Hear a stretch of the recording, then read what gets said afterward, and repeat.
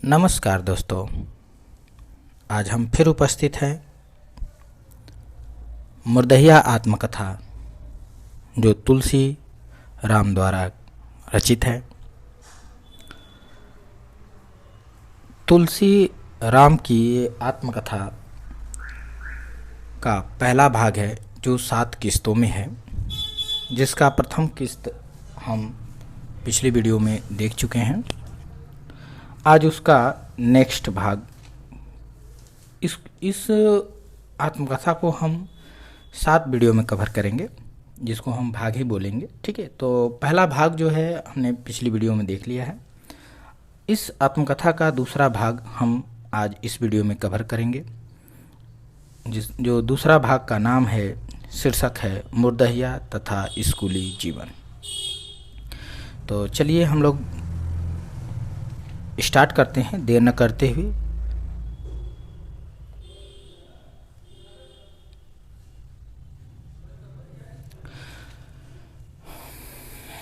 मुर्दहिया तथा स्कूली जीवन, इस आत्मकथा का ये दूसरा वीडियो है, भाग 2 है। स्टोरी स्टार्ट होती है स्कूल ले जाने से पहले पिताजी गांव के। अच्छा, इस वीडियो से पहले आपको थोड़ा सा पीछे ले चलते हैं, आपको यहाँ दिखा देते हैं हल्का सा। गांव में ब्राह्मण ही पढ़े लिखे थे। वे अक्सर दलितों की चिट्ठियाँ पढ़ने में आनाकानी करते थे और पढ़ने से पहले वो अपमानजनक बातें भी सुनाया करते थे। इस व्यवहार से ऊबकर घर वालों की कृपा दृष्टि सबसे छोटे बालक होने के कारण लेखक कह रहा है कि मेरे ऊपर ही पड़ गई, और उसका परिणाम यह निकला कि मुझे ही प्राइमरी स्कूल में चिट्ठी पढ़ने के उद्देश्य से, पढ़ने लायक बनाने के उद्देश्य से एक प्राइमरी स्कूल में भेजा जाने लगा। इसके आगे की स्टोरी हम अगले वीडियो में कवर कर रहे हैं। तो चलिए, स्कूल ले जाने से पहले पिताजी गांव के अमिका पांडे के पास साइत यानी शुभ दिन का मुहूर्त पूछने गए कि स्कूल शुरू हो रहा है, पहला दिन है, तो कब से शुरू किया जाए इसका स्कूल। तो मुहूर्त पूछने चले गए। अमिका पांडे शादी विवाह से लेकर फसल बोने तथा काटने तक की साइत बताने के लिए मशहूर थे। सब साइत बताते थे। उनकी इस विधा का रहस्य यह था कि उनके पास 1 फीट लंबी और उसकी आधे चौड़ाई वाली एक पुस्तिका थी, जिसे वे पतरा कहते थे। इसे वे एक लाल कपड़े में बांधकर बड़े जतन से रखते थे तथा इस किसी को छूने नहीं देते थे। यहां तक कि अपने घर वालों को भी नहीं, किसी को छूने नहीं देते थे। इसलिए वह अत्यंत रहस्यमयी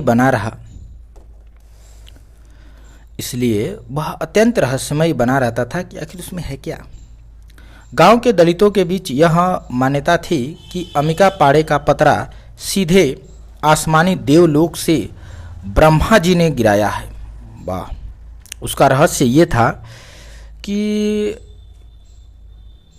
वो पतरा जो है सीधे आसमान से, देवलोक से आया है। चंद्रग्रहण या सूर्य ग्रहण का दिन भी अमिका पांडे ही बताते थे कि कब चंद्रग्रहण लगेगा, कब सूर्य ग्रहण लगेगा। जाहिर है ये ग्रहण उनके द्वारा बताए गए दिन को ही लगते थे, जिसे दलित पांडे का एक अजूबा चमत्कार समझते थे।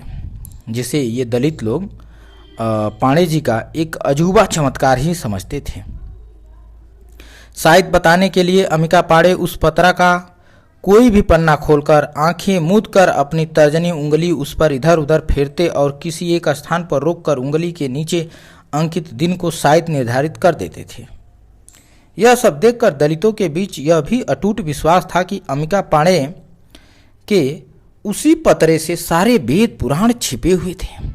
उसी पतरे में सारे वेद पुराण छिपे हुए थे। इन सारे चमत्कारों की हकीकत यह थी कि उनका वह रहस्यमयी पतरा एक छपा हुआ पंचांग था, जो वाराणसी से हर साल प्रकाशित होता था। इसी हिंदू पंचांग में चंद्र ग्रहण, सूर्य ग्रहण तथा सभी त्योहारों आदि का दिन छपा हुआ रहता था। अमिका पाड़े ने अपनी इसी चमत्कार से मेरे स्कूल जाने का दिन मंगलवार तय किया। अब इतने गांव वाले अशिक्षित थे कि उनको पता नहीं था कि मतलब ये पंचांग भी प्रकाशित होता है, पंचांग निकलता है, कुछ नहीं पता। वो सीधे देवलोक से उसको मानते थे कि पतरा देवलोक से, आसमान से आया है। ठीक है, हिंदू रीति से आषाढ़ का महीना था। स्कूल जाने का वह पहला दिन मुझे अच्छी तरह याद है, क्योंकि पिताजी मुझे अपने कंधों पर बैठाकर स्कूल ले गए थे। उसी पूर्वोक्त शिव मंदिर के पास स्थित स्कूल का नाम था प्राइमरी पाठशाला शेरपुर कुटी। मेरे गांव से 1.5 किलोमीटर दूर इस स्कूल से लगभग 1 फरलांग पहले एक नाला पड़ता था, जिसमें बरसात के दिनों में अक्सर बाढ़ आ जाती थी, जिसके कारण छात्रों को बहुत कठिनाइयों का सामना करना पड़ता था। मेरे पिताजी बड़े उदार किस्म के व्यक्ति थे, इसीलिए वे हर बरसात में जब भी बाढ़ आने पर मुझे स्कूल ले जाते, उस नाले के पास खड़े दर्जनों बच्चों को भी वे अपने कंधों पर बारी बारी बैठाकर नाला पार कराते थे। उनके इस चरित्र ने उन्हें उस प्राइमरी पाठशाला में बहुत लोकप्रिय बना दिया था। इतना ही नहीं, उस स्कूल के 5 अध्यापकों में से 3 नाले के इस पार 6-7 किलोमीटर दूर स्थित विभिन्न गांवों से आते थे। उन्हें भी कभी कभी सीने के बराबर तक पानी भर जाने पर बच्चों की ही तरह अपने कंधों पर बैठाकर नाला पार कराते थे। विशेष रूप से शाम के समय बाढ़ आने पर अनेक बच्चे और 3 अध्यापक नाले के पार इंतजार करते रहते थे, यह सोचकर कि मेरे पिताजी अवश्य आएंगे, और ऐसा ही होता था। बहुत से छात्र स्कूल से करीब 1.5 किलोमीटर दूर उस नाले पर बने एक पुल से दूर स्थित गांव में चले जाते थे। इस प्रक्रिया में जब मैं पहले दिन स्कूल पहुंचा तो नाम लिखते हुए अध्यापक मुंशी राम सूरत लाल ने पिताजी से पूछा, यह कब पैदा हुआ था? जवाब मिला, 4-5 साल पहले बरसात में। मुंशी जी ने तुरंत बरसात का मतलब 1 जुलाई 1949 समझा, और यही दिन हमेशा के लिए मेरे जन्म से जुड़ गया। क्योंकि उस जमाने में दलितों के बीच निरक्षरता के चलते बच्चों के जन्मदिन का लेखा जोखा या कुंडली आदि का कोई प्रचलन नहीं था, इसलिए लगभग सभी माँ बाप ऋतुओं से ही अपने बच्चों के जन्मदिन को जोड़ देते थे। यही कारण था कि उस समय के अध्यापक बरसात बताने पर हर एक का जन्मदिन 1 जुलाई, जाड़ा बताने पर 1 जनवरी और गर्मी बताने पर 1 मार्च लिख देते थे। यही फार्मूला भारत के अनेक गांवों में आज भी प्रचलित है। परिणाम स्वरूप नौकरी पेशे वाले अधिकतर दलित इन्हीं तारीखों पर रिटायर हो जाते हैं। उन दिनों स्कूल खुलने के पहले ही दिन सारे नए बच्चों के नाम लिखे जाने का प्रचलन था। हमारी पहली कक्षा में कुल 43 बच्चे थे, जिनमें 3 लड़कियां थीं। रोल नंबर के हिसाब से कक्षा में टाट पर बैठाया जाता था। पहली पंक्ति रोल नंबर 1 से शुरू होकर 13 पर समाप्त हो गई। शेष 2 पंक्तियों में इसी क्रम में 15-15 बच्चे बैठते थे। मेरा नाम और स्थान पहली कतार में रोल नंबर 5 के साथ होता था। इन 13 बच्चों में मेरे अलावा चिखुरी, रमझू, बाबूराम, यदुनाथ, मुल्कू, रामकेर, दलसिंगार, जग्गन, रामनाथ, बिरजू, बाबूलाल तथा मेवा थे। शीघ्र ही इस 13 का रहस्य उजागर हो गया। हम सभी दलित थे। मुंशी जी की उपस्थिति में हमें कोई अन्य बच्चा नहीं छूता था। ऐसे ही वातावरण में शुरू हुई मेरी शिक्षा, अर्थात जो पहली लाइन थी और पहली लाइन में जो 13 बच्चे थे, वो 13 बच्चे दलित थे। पहले दिन कक्षा में मुंशी जी ने सिखाया कि जब हाजिरी के लिए नाम पुकारा जाए तो उठकर खड़ा हो जाना और बोलना कि उपस्थित मुंशी जी। इसके बाद दूसरा पाठ पढ़ाया गया कि पेशाब लगने पर खड़ा होकर दाएं हाथ की सबसे छोटी उंगली दिखाना। शुरू शुरू में अधिकतर बच्चे उपस्थित शब्द का उच्चारण नहीं कर पाते थे, जिस पर मुंशी जी अविलंब गालियों की बौछार कर देते थे। विशेषकर दलित बच्चों को वे चमरकिट कहकर अपना गुस्सा प्रकट करते थे। वे छोटी छोटी गलती पर बच्चों से ही अरहर के बड़े बड़े डंठल तोड़वाकर मंगाते और उसी से उनकी हथेली पर जोर जोर से मारते थे तथा साथ में गालियां भी देते जाते। इस तरह पहली ही कक्षा में मुंशी जी का आतंक बच्चों पर छा गया। उस समय प्राइमरी स्कूल में कागज पर लिखने का चलन नहीं के बराबर था। सिर्फ कक्षा 5 में कागज पर कुछ पढ़ाई लिखाई शुरू की जाती थी। बाकी सारी लिखाई पढ़ाई हर छात्र लकड़ी की पटरी पर करता था। करीब 15 इंच लंबी और 9 इंच चौड़ी पटरी को गांव के लोहार ही बसुले से गढ़कर और रद्दा से रगड़कर चिकना बना देते थे, किंतु उस पर लिखने लायक बनाने के लिए छात्र रोज पोचारा से रंगकर पटरी को धूप में सुखाते थे, जिसके बाद चुल्ला से रगड़कर खूब चमकाया जाता। इसके बाद उस पर दूधिया के घोल से नरकट की बनी कलम के द्वारा लिखा जाता। काला पोचरा बनाने की विधि बड़ी विचित्र होती थी। हर छात्र द्वारा अपने घर मिट्टी के तेल से जलने वाली ढिबरी की लौ के ऊपर की परई अर्थात मिट्टी का बना छिछोला कटोरा उठगा दिया जाता था, जिस पर करीब 1 घंटे बाद ढेर सारा गुल जम जाता। इस गुल को मिट्टी से ही बनी एक घड़िया में घोल दिया जाता, जिसे पोचरा कहते। एक बड़ी शीशी को चुल्ला कहते, जिससे पोचरा लगाने के बाद पटरी को चुला जाता था। गिनती सीखने के लिए हर छात्र को अपने घर से पटसन के सूखे सफ़ेद डंठल को 1-1 फीट लंबा तोड़कर उसे लाल, पीले, हरे और नीले रंग में अलग अलग रंग कर स्कूल ले जाना पड़ता। इन डंठलों को लग्गा या संठा कहा जाता। लेखन पठन सामग्री के रूप में पहली कक्षा में मेरे पास यही सामान यानी एक लकड़ी की पटरी, एक घड़िया दूधिया का घोल और एक नरकट की कलम, एक भरकी पोचारा और एक चुल्ला और रंग बिरंगे लग्गे थे, किंतु कोई किताब नहीं थी। इन्हीं सामानों के साथ शुरू हुई मेरी चिट्ठी पढ़ने लायक क्षमता प्राप्त करने वाली युगांतकारी शिक्षा। मुंशी जी श्यामपट पर अक्षर लिखते और सभी बच्चों को पटरी पर वैसा ही लिखने को कहते। शुरू शुरू में डर के मारे नरकट पकड़ते ही हाथ कांपने लगता था और लिखने के लिए हर कोशिश असफल हो जाती थी। और ऊपर से मुंशी जी की चमरकिट वाली गाली इतना भय पैदा कर देती कि अंततोगत्वा मैं स्कूल जाने के नाम पर रोने चिल्लाने लगता था। पिताजी मुझे ऐसे अवसरों पर पीटते हुए स्कूल ले जाते थे और साथ में यह भी कहते जाते, स्कूले ना जइबा तो चिट्ठिया के पढ़ी। किंतु मेरा मन पढ़ाई में बिल्कुल नहीं लगता, इसलिए कक्षा के अन्य बच्चों की अपेक्षा मैं काफ़ी देर से क ख ग घ लिखना सीख पाया। वह भी साथ पढ़ने वाले एक छात्र संखटा सिंह की सहायता से। संखटा सिंह मेरे गांव के पूरब में करीब 3 किमी दूर स्थित बारी गांव के एक बड़े छत्री जमींदार के बेटे थे। उनकी उम्र भी मेरे ही बराबर करीब 5-7 की थी, किंतु वे बहुत ही समझदार और दयालु स्वभाव के थे। वे बहुत जल्दी लिखना सीख गए थे।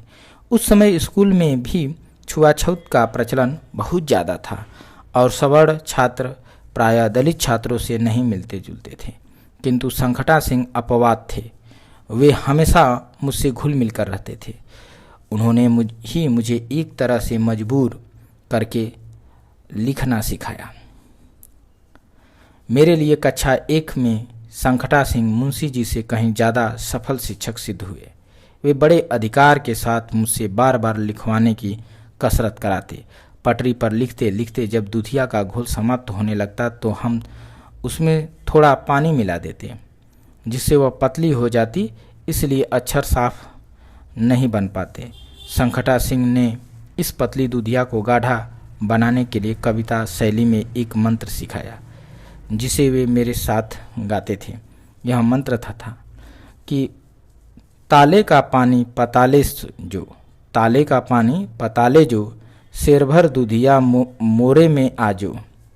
संखटा सिंह के सिखाने के अनुसार हम इस तथाकथित मंत्र को गाते हुए अपने हाथ को दूसरे बच्चों के पास वाली दूधिया के घरिया के तरफ फैलाकर हवा में ही अंजुली बनाकर अपनी घरिया की तरफ वापस लाते। यह प्रक्रिया बार बार दोहराई जाती और पूरा विश्वास हो जाता कि अपनी दूधिया गाढ़ी हो चुकी होगी।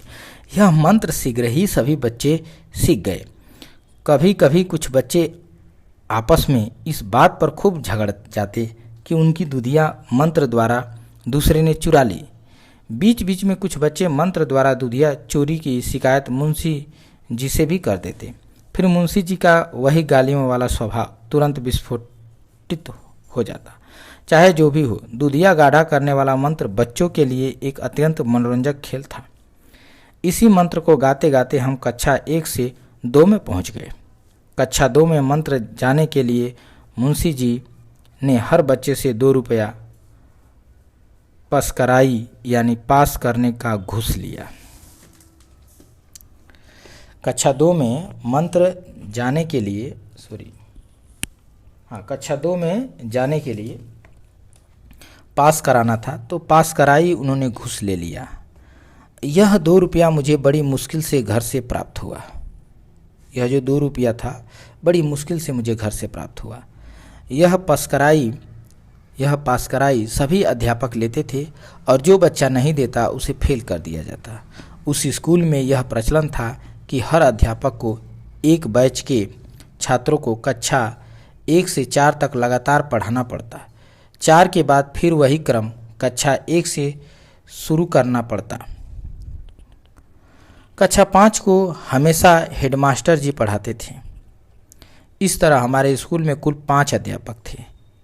मुंशी राम सूरतलाल के अलावा वंशी पांडे, हरि सिंह, बलराम सिंह और परशुराम सिंह हेडमास्टर।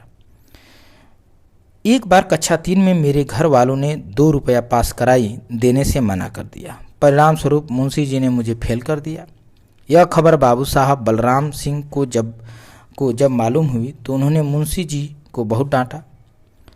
इसका एकमात्र कारण यह था कि मैं कक्षा 3 में पहुंचते पहुंचते उस स्कूल का सबसे तेज विद्यार्थी बन चुका था। विशेष रूप से गणित में मुझे बहुत रुचि थी। स्कूल में हर साल 15 अगस्त और 26 जनवरी के दिन अनेक खेलकूद में एक खेल गणित दौड़ भी की जाती थी।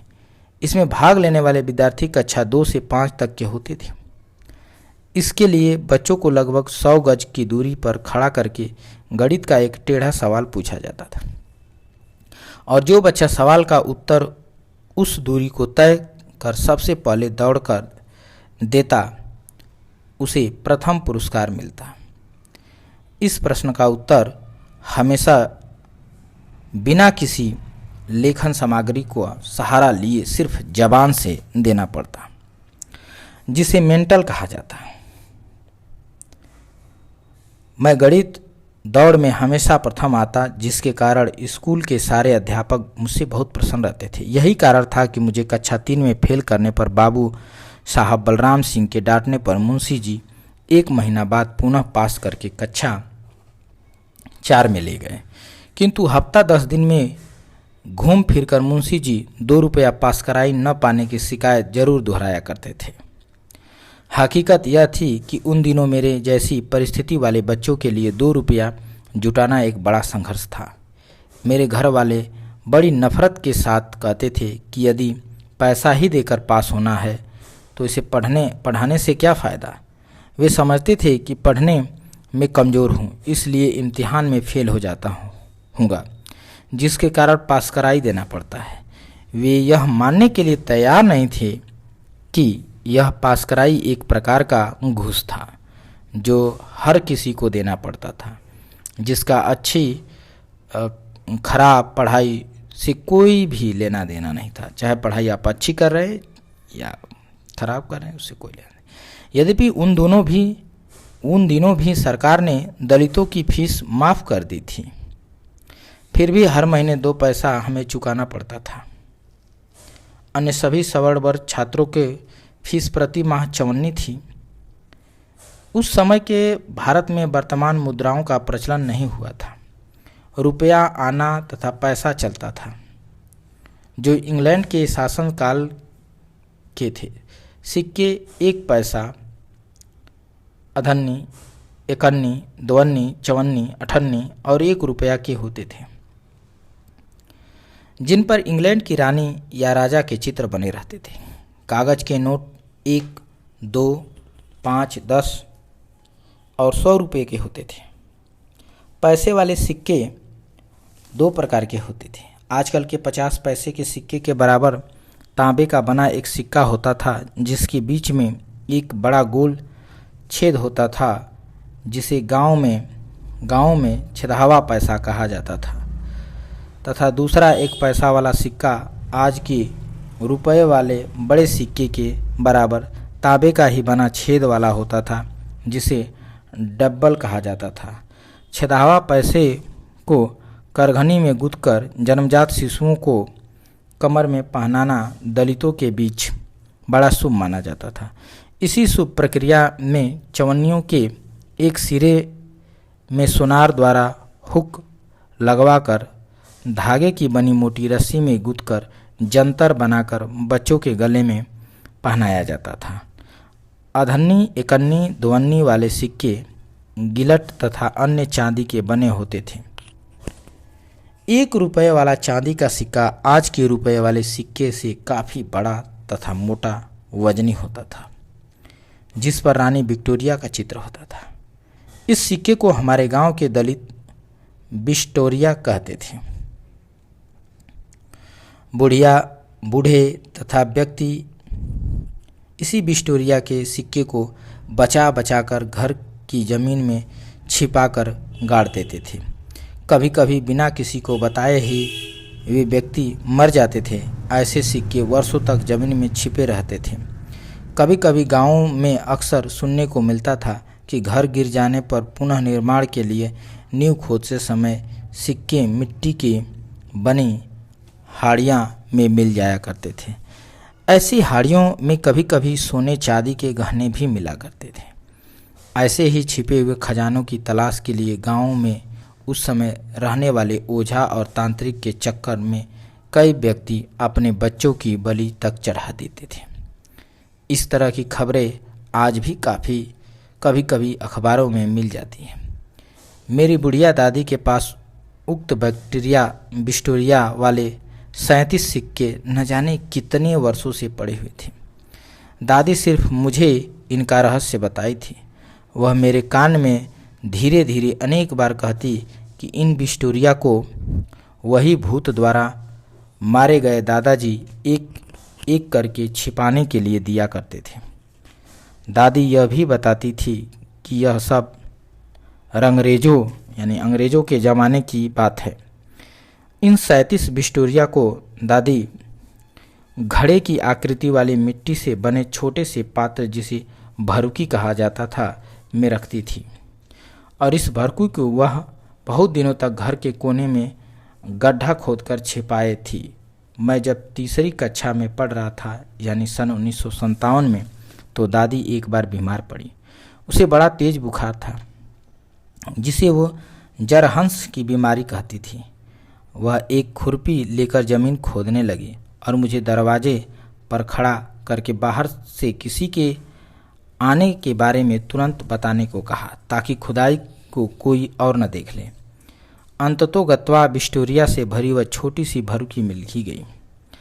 उसने चुपके से मुझे गिनने के लिए कहा। उसने फटे पुराने कपड़ों से हाथ से सिलकर बनाए गए बिस्तर, जिसे लेवा कहा जाता था, उस पर उन बिस्टोरियों को एक एक करके एक जगह रख दिया तथा वह मुझे एक एक करके देती और मैं गिनता रहा। वह तुरंत अगली संख्या आने से पहले हर सिक्के को मेरे हाथ से लेकर उसे भरुकी में इतना धीरे से रख दी ताकि उसमें से खनक की आवाज़ न आने पाए। इस प्रक्रिया से 37 की गिनती पूरी हुई। दादी 37 की संख्या को समझने में पूर्णरूपेण असमर्थ थी। उसे बड़ी देर तक कुछ भी समझ में नहीं आया। वह बिल्कुल हैरान थी। दादी गिनती के नाम पर 1 से 10 तक अच्छी तरह जानती थी। उसके बाद वो सीधे 20, 30, 40, 50 और 100 को समझ पाती थी, जिन्हें गिनने का उसका तरीका बड़ा रोचक था। वह 10 को 2 5, 20 को 2 10, 40 को 2 20, 50 को 2 20, 1 10 तथा 100 को 2 50 कहती थी, किंतु 37 उसकी समझ के बिल्कुल बाहर था। बड़ी मुश्किल से जब मैंने यह बताया कि 2 20 में 3 कम, तब जाकर दादी को 37 की गुत्थी समझ में आई। वह उस भरुकी को एक पुराने चिथड़े में बांधकर उसी अपने लेवा के नीचे सिर के पास रखकर हमेशा सोती थी। वह मुझसे लगभग रोज ही कहती रहती कि पहले वह भरुकी मुझे दे देगी। इसलिए उसने मुझको चमरिया माई को कसम खिलाकर कहा था कि किसी को बताना नहीं। वह प्रतिदिन एक बार अवश्य ही उन बिस्टोरियों को मुझे फिर से उसी पुरानी प्रक्रिया द्वारा गिनने को देती और अंत में कहती, 2 20 में 3 कम हो ना। मेरे हाँ कहने पर उसे अत्यंत तृप्ति महसूस होती थी और फिर एक बार बोल पड़ती, किसी को बताना नहीं। दादी के इस अटूट प्यार और विश्वास ने मुझे बेहद भावुक बना दिया था कि वह जब भी बीमार पड़ती मैं चिंताग्रस्त हो जाता। वह हरदम गांव की देवी चमरिया माई को धार पुजौरा की मनौती मानती और घी से अगियारी करती और मैं वहीं बैठकर अक्सर मन ही मन मनाता रहता कि हे चमरिया माई, मैं भले ही मर जाऊं किंतु दादी न मरे। दादी की संभावित मृत्यु की कल्पना मात्र से ही मैं एकदम उदास हो जाता था और ऐसे समय उसका घुंटू मुंटू मुझे बहुत याद आता था। घुंटू मुंटू छोटे बच्चों को बहलाने का एक खेल होता था, जिसके तहत दादी लेटकर अपने 2 घुटनों को मोड़कर मुझे बैठा लेती और झूले की तरह आगे पीछे झुलाते हुए एक छोटी सी काव्यमय कहानी गाती जाती। वह कहानी इस प्रकार थी। राजा रानी आवेली, पोखरा खनावेली, पोखरा के तीरे तीरे इमली लगावेली, इमली की खोदहरा में 32 अंडा, रामचंद्र फटकारे डंडा, डंडा गयल रेत में, मछरी की पेट में, कौवा कहे काँव काँव, बिलार कहे झपटो, आ लंगड़ी का टांग धके रहरी में पटको। यह कहानी खत्म होते ही दादी जोर जोर से लला पला कहते हुए पैरों पर बैठाए मुझे ऊपर हवा में उछाल देती। इस घुंटू मुंटू के कथा खेल से छोटे बच्चों को बहुत मनोरंजन होता था। इसी तरह रोते हुए छींटे बच्चे को चुप कराने के लिए एक अन्य अति लघु कथा कही जाती थी, जो इस प्रकार थी। कड़ा कड़ा कौआ, नेपाल के बेटौआ, नेपाल गईले दिल्ली, उठाई के लैले पिल्ली, खेलावा हो कौआ। दादी इसे भी मुझे सुनाया करती थी। उसने ऐसा ही एक और खेल मुझे सिखाया था, जिसे अक्का बक्का कहते थे। इस खेल में 2 या 2 से ज़्यादा बच्चे गोलाकार रूप में बैठते और अपने दोनों हाथों की सभी उंगलियों को नीचे की तरफ खड़ा करके ज़मीन पर रख देते। कोई एक बच्चा अपनी मुट्ठी बांधकर सिर्फ तर्जनी उंगली को अन्य बच्चों की हथेली पर उल्टे भाग पर लघु कथा के हर शब्द गाने के बाद छूता जाता और जिसके ऊपर कथा का अंतिम शब्द समाप्त होता उसे उसी क्रम में वही कथा दोहरानी पड़ती थी। यह कथा इस प्रकार थी। अक्का बक्का 3 तलक्का, लौआ लाची चन्ना काठी, चन्नना में काबा, मकई का लावा, आवा हो बिलार हमरे घरवा में गावा, घरवा में गावा। तो इन खेलों के अलावा दादी की एक आदत मुझे बहुत गहराई से याद आती है। वह आदत थी अमरूद तथा मिठाई जैसी चीज़ों चीज़ें जब भी घर में आती, दादी उनके कुछ हिस्सों को ताखा में छिपा देती और बाद में मुझे खिलाती। इसी तरह जाड़े के दिन में कौड़ा तापते हुए वह आलू तथा ताज़ा मटर की छिमी भुना करती थी तथा अन्य बड़े बच्चों से छिपाकर सिर्फ मुझे ही खाने को देती। इधर धीरे धीरे दादी तेज बुखार के कारण मरणासन हो गई। घर में लोग विचार करने लगे कि कफन आदि की तैयारी करनी चाहिए। इसी बीच गांव में एक हिंगुहारा आया, यानी हिंग बेचने वाला। उस हिंगुहारे की विशेषता यह थी कि वह दूर दूर फैले अनगिनत गांवों में साल भर में सिर्फ एक बार जाता था और आवश्यकता अनुसार किसी को भी हींग देकर उसका नाम पता अत्यंत पुरानी बही में लिख लेता। फिर बिना शुल्क लिए वह वापस लौट जाता। इसके साल भर बाद उसी महीने के किसी दिन उस गांव में वो पुनः वापस आता और अपने पुराने ग्राहक के घर के सामने खड़ा होकर गाते हुए पैसे मांगता। पैसा मांगने का यह तरीका बड़ा आकर्षक होता। मान लीजिए कि वह जगलू नामक ग्राहक को साल भर पहले हींग देकर गया था, तो उसके घर के सामने इस तरह गाता, हे जगलू कमाई काम धाम बंद करा, हींग का पैसा खर करा। यही शैली वह हर किसी के घर के सामने दोहराता। संयोग बस इस शैली में गाते हुए वह हमारे घर के सामने पहुंचा।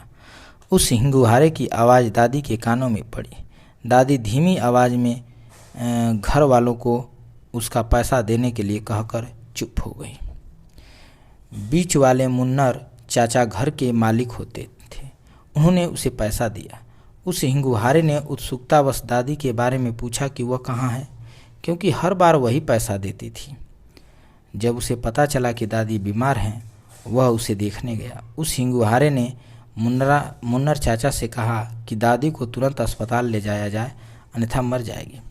उस समय हमारे गांव में करीब 7 किलोमीटर दूर बरहलगंज नामक छोटे से बाजार के पास 1-2 कमरे वाला छोटा सा अस्पताल था, जिसमें एकमात्र एक आधुनिक डॉक्टर होता था। यह डॉक्टर उस पूरे क्षेत्र में अंग्रेजी डॉक्टर के रूप में प्रसिद्ध था। यह पहला अवसर था जब हमारे गांव वाले अंधविश्वासों से ऊपर उठकर उस हिंगुहारे की सलाह मान लिए और दादी अस्पताल पहुंच गई। ये गांव में पहली बार हुआ था कि कोई बीमार पड़ा और अस्पताल में ले जाया गया। इससे पहले केवल झाड़ फूक ही होता था। एक ढीली चारपाई, जिसे झिलंगा कहते थे, दोनों हिस्सों में मोटी डोर बांधकर उसे एक मोटी बांस की कड़ी में लपेटकर डोली की तरह बना लिया गया, जिस पर दादी को लिटाकर आगे पीछे 2 आदमी पालकी की तरह ढोते हुए अस्पताल ले गए। डॉक्टर ने दादी को मोटी सुई लगाकर पीने के लिए शीशी के बड़े घड़े से निकालकर एक बड़ी शीशी में लाल घोल दिया तथा साथ में कुछ खुली हुई सफ़ेद टिकिया। दादी को उसी झिलंगे पर तुरंत घर वापस लाया गया और वह 3-4 दिन बाद ठीक होने लगी। उस समय मैं बहुत प्रसन्न हुआ था। दादी मरने से बच गई और बिस्टोरिया से भरी उसकी भरुकी को उसने कुछ दिन बाद पुनः जमीन में गाड़ दिया। भरुकी को गाड़ना शायद दादी के लिए नए सिरे से जीने का एक पुनरुद्देश था। वह हिंगुहारा गांव की याद आने पर आज भी मुझे बहुत याद आता है।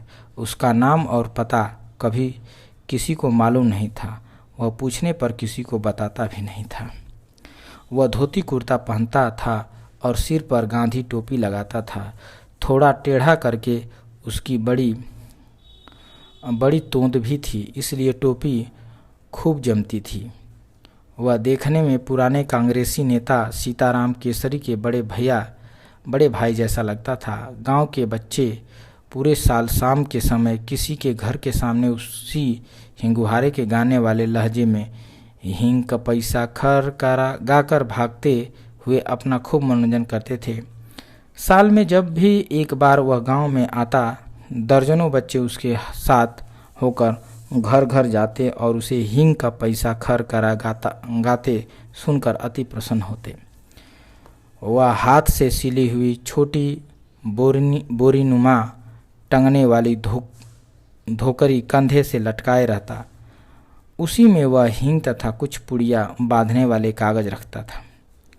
वसूले गए पैसों को भी वह उसी धोकरी में रखता था। उसकी यह जादुई धोकरी ठीक वैसी ही होती थी जैसे कि सरंगी बजाकर भजन गाते गांव-गांव भीख मांगने वाले गेरुआधारी जोगियों की।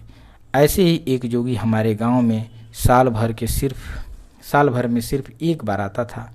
वह भीख लेने से पहले बड़ी सुरीली आवाज़ में गाता था और सरंगी बजाते हुए पूरे गांव के चारों तरफ फेरी लेता था। फिर बारी बारी से भीख स्वीकार करता था। यह जोगी भी उसी हिंगवारे की तरह बहुत लोकप्रिय था। एक जोगी हमारे गांव में भी रहते थे। जाति से वे नोनिया थे। वे गेरुआधारी नहीं थे और न ही भीख मांगते थे। उन्हें लोग राशन आदि पहुंचा देते थे। वे एक सफ़ेद धोती या लुंगी कमर में लपेट कर दोनों खूंटों को आर पार करके गर्दन के ऊपर बांध लेते थे। इसके अलावा वे कुछ और नहीं पहनते। उनकी लंबी लंबी दाढ़ी थी, सिर पर बड़े बड़े बाल थे। हाथ में वे हमेशा पानी से भरी एक तुमड़ी रखते थे। तुमड़ी सूखी लौकी की जगनुमा टंगने वाली बनी होती थी, जिसे साधुओं का पात्र कहा जाता। वे हमारे गांव के बाहर उत्तर दिशा के घने जंगल में झोपड़ी बनाकर रहती थी। उनके हाथ में एक लोहे का बड़ा चिमटा भी था। वे किसी देवता के पुजारी थे। यह किसी को मालूम नहीं था कि वो किस देवता के पुजारी थे। घने जंगल के सुनसान में अकेले रहते हुए उनका फक्कड़ों जैसा अत्यंत निर्भीक जीवन था। उन्हें लोग सिर्फ जोगी बाबा के रूप में जानते थे, किंतु उनका असली नाम राममर्जी था। गांव के लोग अंदाजा लगाकर कहते थे कि जोगी बाबा भूत पूजक थे। वे हमारी दलित बस्ती में हफ्ते में सिर्फ एक बार आते थे और किसी पेड़ के नीचे खड़े हो जाते थे। उनकी सबसे बड़ी एक अति रोचक विशेषता यह थी कि उनके सामने जिस किसी भी व्यक्ति के मुंह से जो भी पहला शब्द निकलता था, वे उसी शब्द से 3 सतर वाली कविता तत्काल बनाकर एक विचित्र स्वर शैली में गाने लगते। जैसे किसी के मुंह से निकल गया जोगी बाबा, वे तुरंत गाने लगते, जैसन कहत बाड़ा जोगी वैसन बढ़त बाड़े रोगी, बड़ ससतिया सहबा राम, बड़ ससतिया सहबा राम। इसी तरह किसी के मुंह से निकल पड़ा कि आंधी आ रही है, जोगी बाबा गाते, जैसन कहत बाड़ा आंधी वैसन मारल गईले गाधी, बड़ ससतिया सहबा राम, बड़ ससतिया सहबा राम। किसी के मुंह से निकल गया दवा, शब्द निकला तो जोगी बाबा गाते, जैसन कहत बाड़ा दावा वैसन चलत बाड़े हवा, बड़ ससतिया सहबा राम, बड़ ससतिया सहबा राम। इसी तरह वे हाजिर जवाब काव्य के एक अति कुशल कवि थे तथा हजारों शब्दों को इस विधा में तत्काल पलटने की उनमें अद्भुत क्षमता थी। जोगी बाबा कभी गद्य में बात नहीं करते। शायद उनके जैसा सारी दुनिया में न कोई हुआ और न होगा। इस जोगी बाबा की तरह एक अन्य शैली वाला व्यक्ति उसी अस्पताल वाले बरहलगंज बाजार में रहता था। उसका नाम था बकिया डोम। बकिया डोम का परिवार पेशे से बांस के फट्टे चीरकर टोकरी, चंगेरी, डाल, मौनी, कुरई, छिट्टा, दौरी आदि बनाकर बाजार में बेचता था। उसके घर में सूअर भी पाले जाते थे। बकिया डोम सिंघा नामक बाघ वाद्य बजाने में अद्वितीय था। वाद्य यानी कि बाजा टाइप है, तो वाद्य बजाने में अद्वितीय था। सिंघा को ही संस्कृत साहित्य में तुर्यनाद कहते हैं। बकिया डोम स्वयं काले लोहे के पतले पत्थर को 3 भागों में अलग अलग गोल गोल मोड़कर सिंघा बनाता, फिर तीनों को 3 टेढ़े मेढ़े शीशों में जोड़कर अंग्रेजी भाषा के एम अक्षर वाली आकृति खड़ी कर देता था। उसका यह सिंघा करीब 4 फीट ऊंचाई वाला होता था, जिसमें रस्सी बांधकर वह बंदूक की तरह कंधे में लटका कर चलता। फरमाइश करने पर वह किसी भी जगह पर मुंह से फूंककर बजाने लगता। रात के सन्नाटे में उसके सिंगा की आवाज़ किसी गांव के आसपास के कई गांवों तक सुनाई देती। वह उस क्षेत्र के सैकड़ों गांव में मशहूर तथा देखने में बिल्कुल करिया भुजंग लगता था। उसके कंधे पर टंगा हुआ सिंघा आधा बैठे आधा खड़े फड़ फैलाए सांप की तरह लगता था। वह उस क्षेत्र में तमाम गांवों के सभी प्रमुख लोगों को जानता था। जब भी किसी गांव में किसी व्यक्ति के यहाँ विवाह या मृत्यु भोज जैसे अवसर आते, बकिया डोम बिना किसी निमंत्रण के वहाँ अपना सिंगा बजाता पहुँच जाता। उस समय ऐसा लगता था कि मानो वह युद्ध की तैयारी के लिए रणभेरी बजा रहा हो। हकीकत भी यही था। वह भोजन के लिए युद्ध ही करता था। वह बैठकर खाता कम था, झोले में भरता जाता था। इसलिए कई बार घरैता जिसके घर समारोह होता उससे लड़ जाते थे। यदि किसी ने उसे झोला भरने से मना कर दिया, वह तुरंत वहाँ से चल देता और अत्यंत तेज गति से फूंक मारकर सिंघा बजा बजा कर रात के सन्नाटे में एक गांव से दूसरे गांव में जाता और घरैता का नाम ले लेकर चिल्ला चिल्ला कर लोगों से कहता कि उस गांव का वह आदमी अत्यंत कंजूस है, टुकड़खोर, चोर, भुक्खड़, मक्खीचूस, भिखमंगा, सरहंग, बेदिल आदि आदि न जाने क्या क्या कहता। बकिया डोम के सिंघा का संगीतीय ध्वनि के साथ उक्त विश्लेषणों द्वारा चरित्र चित्रण का विद्रोही तरीका किसी को भी रातों रात घृणा का पात्र बना देता था। लोग उसके विद्रोह के इस तरीके से बहुत घबराते थे। इसके उल्टे यदि कोई उसे अच्छी तरह खिला देता और झोला भी भरने देता तो बकिया डोम ठीक उसी शैली में सिंगा बजाते एक गांव से दूसरे गांव में जाता और उसे अच्छे घरैता का नाम लेकर चिल्लाता कि अमुक गांव के अमुक व्यक्ति ने खूब खिलाया पिलाया और वह व्यक्ति बड़ा धनवान है, दिलेर है, दयालु है, भलमानुस है, राजा हरिश्चंद्र जैसा है, आदि आदि कहता। इस तरह वह रात भर के अंदर अनेक गांवों का चक्कर लगा आता था। उसके सिंघा की युद्धोन्मादी ध्वनि अक्सर सोए हुए को जगा देती थी। लोग अविलंब समझ जाते कि बकिया डोम को या तो किसी ने भूखा रखा है या किसी ने खूब खिलाया है। वह हमारे गांव भी अक्सर आया करता था, कभी खाने और कभी तारीफ करने या फिर किसी की धज्जियां उड़ाने। मैंने बकिया डोम जैसे तुरमची कहीं और नहीं देखा। उस हिंगुहारा की तरह कई अन्य भी वैसे हमारे गांव में आते थे,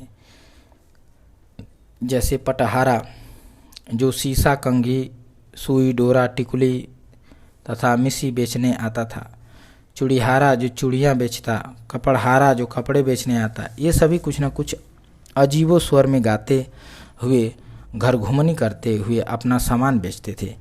सभी का अपना अपना एक व्यापारिक संगीत था। यहाँ तक कि कभी कभी जादूगर आता, वो भी अपना डमरू बजाते हुए संगीतमय वार्ताओं में जादू के करतब दिखाता।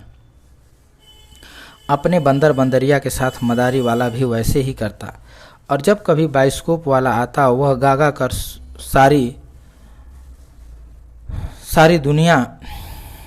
सारी दुनिया ही दिखा देता। और जब बाइस्कोप की अंतिम स्लाइड हबड़ा पुल दिखाता तो जोर जोर से गाने लगता, मारे गुंडन से नजरिया गुरिया हबड़ा पुलवा पर ठड़ी। तो गांव के बच्चे झूम उठते। एक खास बात यह थी कि सिर्फ कपड़हारा को छोड़कर पैसों के बदले अनाज देकर अन्य फेरी वालों से सामान खरीद लिया जाता था। जादू, तमाशा या बाइस्कोप देख लिया जाता था। हमारी दलित बस्ती में बहुत गरीबी थी।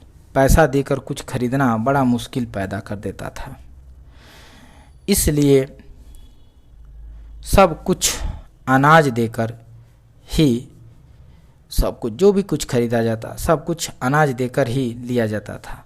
घर में ढिबरी जलाने के लिए मिट्टी के तेल से लेकर मिर्ची मसाला तक अनाज देकर ही खरीदा जाता था। परिणाम स्वरूप अधिकतर दलितों के घर में खाद्यान्नों की चक्रीय कमी हमेशा प्रस्तुत होती रहती थी। खास करके बरसात के दिनों में भूखमरी की स्थिति पैदा हो जाती थी। शुरू में जब तेज बारिश से कट चुकी फसलों वाले खेतों में पानी भर जाता तो उनके अंदर बिल बनाकर रहने वाले हजारों चूहा डूबते हुए पानी की सतह पर ऊपर आ जाते। गांव के बच्चे तरकुल या खजूर के पत्ते से बनी झाड़ू लेकर उन चूहों पर टूट पड़ते थे तथा उन्हें मार मार कर ढेर सारा घर लाते। उनमें भी अन्य बच्चों के साथ टीन की बाल्टी तथा झाड़ू लेकर मैं भी जाता और झाड़ू से चूहों को मार मार कर बाल्टी भर जाने पर उन्हें घर लाता। इन चूहों को पहले घर के लोग रहट्ठा यानी अरहर का डंठल जलाकर उस पर खूब सेकते थे। इस तरह चूहों के बाल बिल्कुल जल जाते थे। इसके बाद उन्हें साफ करके बोटी बोटी काट दिया जाता था। फिर मसाला डालकर उसका मांस पकाकर खाया जाता था। इस तरह के मैदानी चूहों का मांस बहुत स्वादिष्ट होता था। उन बरसाती कड़की के दिनों में इस प्रकार के चूहे जब तक उपलब्ध रहते सभी दलित दाल सब्जी के बदले उन्हीं से गुजारा करते थे।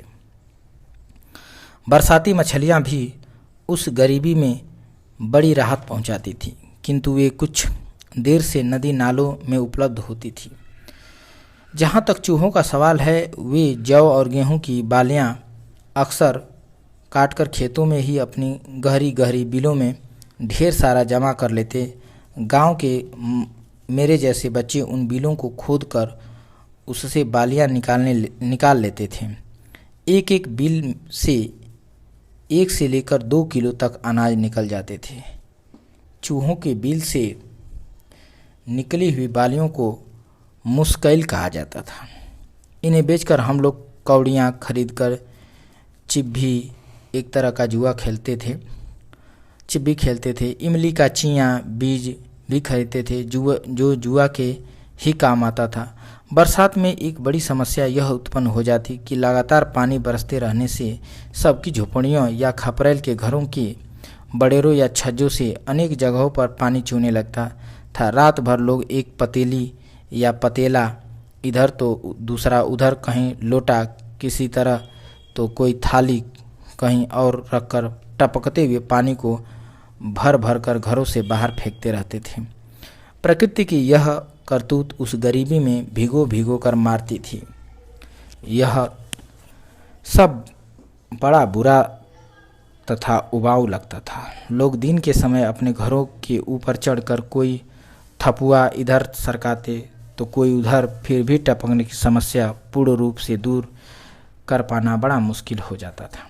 जाड़े के दिन खाने पीने के मामले में धान की फसल तथा गन्ना तैयार होने से काफ़ी हितकारी होते थे, किंतु रातें बड़ी कष्टदायी होती थी। हमारा संयुक्त परिवार बहुत बड़ा था, किंतु घर में एक भी रजाई या कंबल नहीं था। वैसे भी घर में कपड़ों की कमी हमेशा रहती थी। मेरे पिताजी पूरी धोती कभी नहीं पहनते। वे एक ही धोती के 2 टुकड़े करके बारी बारी से पहनते। ओढ़ने का कोई इंतजाम न होने से गांव के लगभग सारे दलित रात भर ठिठुरते रहते। हमारे घर में सोने के लिए जाड़े के दिनों में घर की फर्श पर धान का पोरा अर्थात पुआल बिछा दिया जाता था। उस पर कोई लेवा या गुदड़ी बिछाकर हम धोती ओढ़कर सो जाते। इसके बाद मेरे पिताजी पुनः ढेर सारे पुआल हम लोगों के ऊपर फैला देते, फिर स्वयं सोकर अपने ऊपर भी वैसे ही कर लेते। जाड़े में ऐसी दुर्दशा या सवेरा होते ही दलित बच्चे धूप में बैठकर गाते, अर्जुन भीम नकुल सहदेवा ओढ़त लुगरी बिछावती लेवा। जाड़ा भगाने के लिए हम सभी बच्चे एक और गाना गाते, दऊ दऊ घाम करा सुगवा सलाम करा तोहरे बालकवन के जड़ावत ह। इस तरह हमारी जाड़े की रातें कट जाती। वे दिन आज भी जब याद आते हैं तो मुझे लगता है कि मुर्दों सा लेटे हुए हमारे नीचे पुआल, ऊपर भी पुआल और बीच में कफन ओढ़े हम सो नहीं रहे, बल्कि रात भर अपनी अपनी चिताओं के जलने का इंतजार कर रहे हों। चाहे जो भी हो, उन दारुण दिनों में भी ग्रामीण जीवन के हर अंग में व्याप्त संगीतियाँ ध्वनियाँ, चाहे वह उस हिंगुहारे या पटहारे या चुड़ियाहारे की हो या फिर उन जोगी बाबाओं की सरंगी या तुकबंदियों की, या कि उस तरमुची बंकिया डोम के युद्धोन्मादी सिंधे की। इन सब के सहारे हंसते हुए दरिद्रता की धज्जियां उड़ाने में हम बड़ी राहत की अनुभूति होती थी। इसी दौरान हमारे घर वालों की उस युगांतकारी मनोकामना के साकार होने का अवसर तब प्रस्तुत हुआ जब खाकी टोपी और वर्दी पहने, घुंघरू में लपेटे, भाले वाली लाठी को जमीन पर पटकते हुए अंग्रेजों के जमाने वाला डाकिया चिरैया कोट थाने से विभिन्न गांवों की डाक लेकर हमारे दलित बस्ती में बड़े रुतबे के साथ दाखिल हुआ। उसे देखकर बच्चे अक्सर पुलिस समझ के डर के मारे घर में छिप जाते।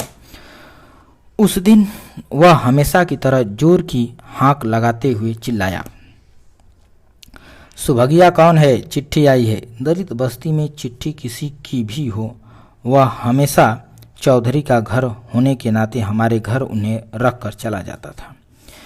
मेरे वही अति गुस्सैला नग्गर चाचा ने उस चिट्ठी को सुभगिया के घर ले जाने के लिए कहने से पहले मुझसे कहा, तनी पढ़ के देख तरे, पढ़ सकत हुए कि ना। यह घटना सन 1957 के जाड़ों की ही है, जब मैं तीसरी कक्षा में पढ़ रहा था। मैंने धीरे धीरे पोस्टकार्ड पर लिखी आधी चिट्ठी पढ़ दी। यह पहला अवसर था जब वे मुझसे बेहद प्रसन्न होकर मेरा हाथ पकड़े स्वयं सुभगिया के घर की तरफ चल पड़े। रास्ते में जो भी मिलता उससे वे बोल पड़ते, हई अब चिट्ठिया पढ़ लेत ह। सुभगिया हमारी बस्ती में रहने वाले जलंधर नामक बूढ़े दलित की जवान बेटी थी। सुभगिया हमारी बस्ती में रहने वाली जलंधर नामक बूढ़े दलित की जवान बेटी थी। वह बड़ी सुंदर थी। कुछ माह पूर्व उसका गौना विश्राम नामक एक ऐसे युवक के साथ हुआ था जो कलकत्ता से सियालदाह स्टेशन के आसपास घोड़े की तरह खींचने वाला ठेला रिक्शा खींचता था।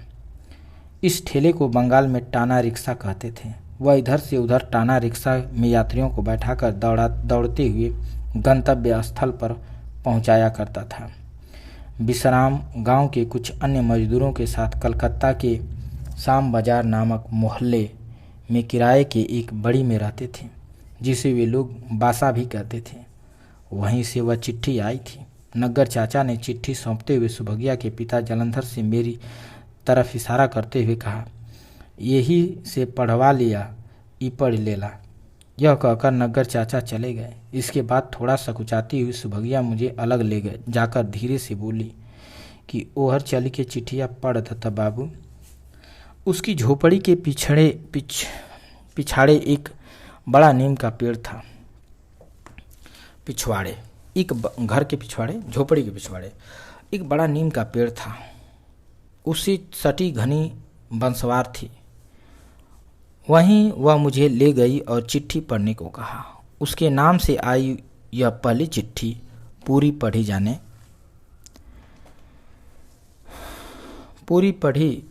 जाने के बाद उसके लिए एक दुर्दांत दुखांत और मेरे लिए एक आपदा सिद्ध हुई। गनीमत थी कि यह दुखांत आपदा कुछ घंटों तक ही सीमित रही, अन्यथा कुछ अनहोनी भी हो सकती थी। हुआ यह कि वह चिट्ठी कलकत्ते से आने वाली किसी भी अन्य चिट्ठी की ही तरह एक ही जैसे वाक्यों से शुरू होकर अन्य समाचारों के साथ समाप्त हुई थी। पारंपरिक शब्दावली में चिट्ठी की पहली पंक्ति थी, श्री सोस्ती सर्व उपमा जोग खत लिखा विश्राम राम हलदार बाबू की बड़ी शाम बाजार कलकत्ता से। शेष चिट्ठी में हालचाल अच्छा बताने के अलावा आवश्यकता की चीज़ों को चाहत के बारे में लिखकर बैरान। चिट्ठी भेजने तथा आने वाले जेठ के महीने में गांव वापस आकर सुभगिया को कलकत्ता ले जाने आदि की बात लिखी हुई थी। किंतु चिट्ठी की अंतिम पंक्तियां सुनते ही सुभगिया पर कहर टूट पड़ा। वह चिल्ला कर रोने लगी। मैं बिल्कुल डर गया। उसका रोना सुनकर बूढ़े जलंधर बिटिया कहते हुए दौड़ पड़े। वहाँ भीड़ जमा हो गई।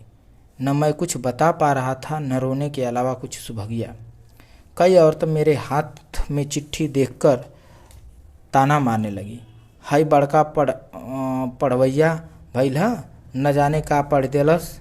उ रोई रोई के बेहाल हो गई। मेरे हाथ से चिट्ठी छीनकर जलंधर ब्राह्मण ब्राह्मणों के टोले की तरफ दौड़े ताकि कोई चिट्ठी को ठीक से पढ़कर सुना दे। वास्तव में हुआ यह था कि नई नई शादी हुई थी। विश्राम को कलकत्ता में अपने क्षेत्र के किसी अन्य युवक ने एक प्यार मोहब्बत वाली 2 लाइन की शायरी लिख कर दी थी, जिसे मैंने भी थोड़ा रुक रुक कर किंतु पढ़ा। बिल्कुल सही था। उस चिट्ठी के अंत में लिखा था, लिखता हूँ खत खून से, स्याही न समझना, मरता हूँ तेरी याद में, जिंदा न समझना। यही शायरी सुनकर सुभगिया ने समझ कि उसके पति विश्राम अब जिंदा नहीं है। बाद में जलंधर के पीछे पीछे दलित बस्ती की कई औरतें सुभगिया को चुप कराते हुए राम मूरत पाड़े के घर गई। पाड़े ने हंसते हुए सबको समझाया और शायरी में छिपे मर्म का रहस्य खोला। तब जाकर मामला शांत हुआ, अन्यथा सुभगिया के साथ कोई अनहोनी अवश्य हो जाती और मैं एक सिद्धस्त अपशकुन के अलावा कुछ और न बन पाता।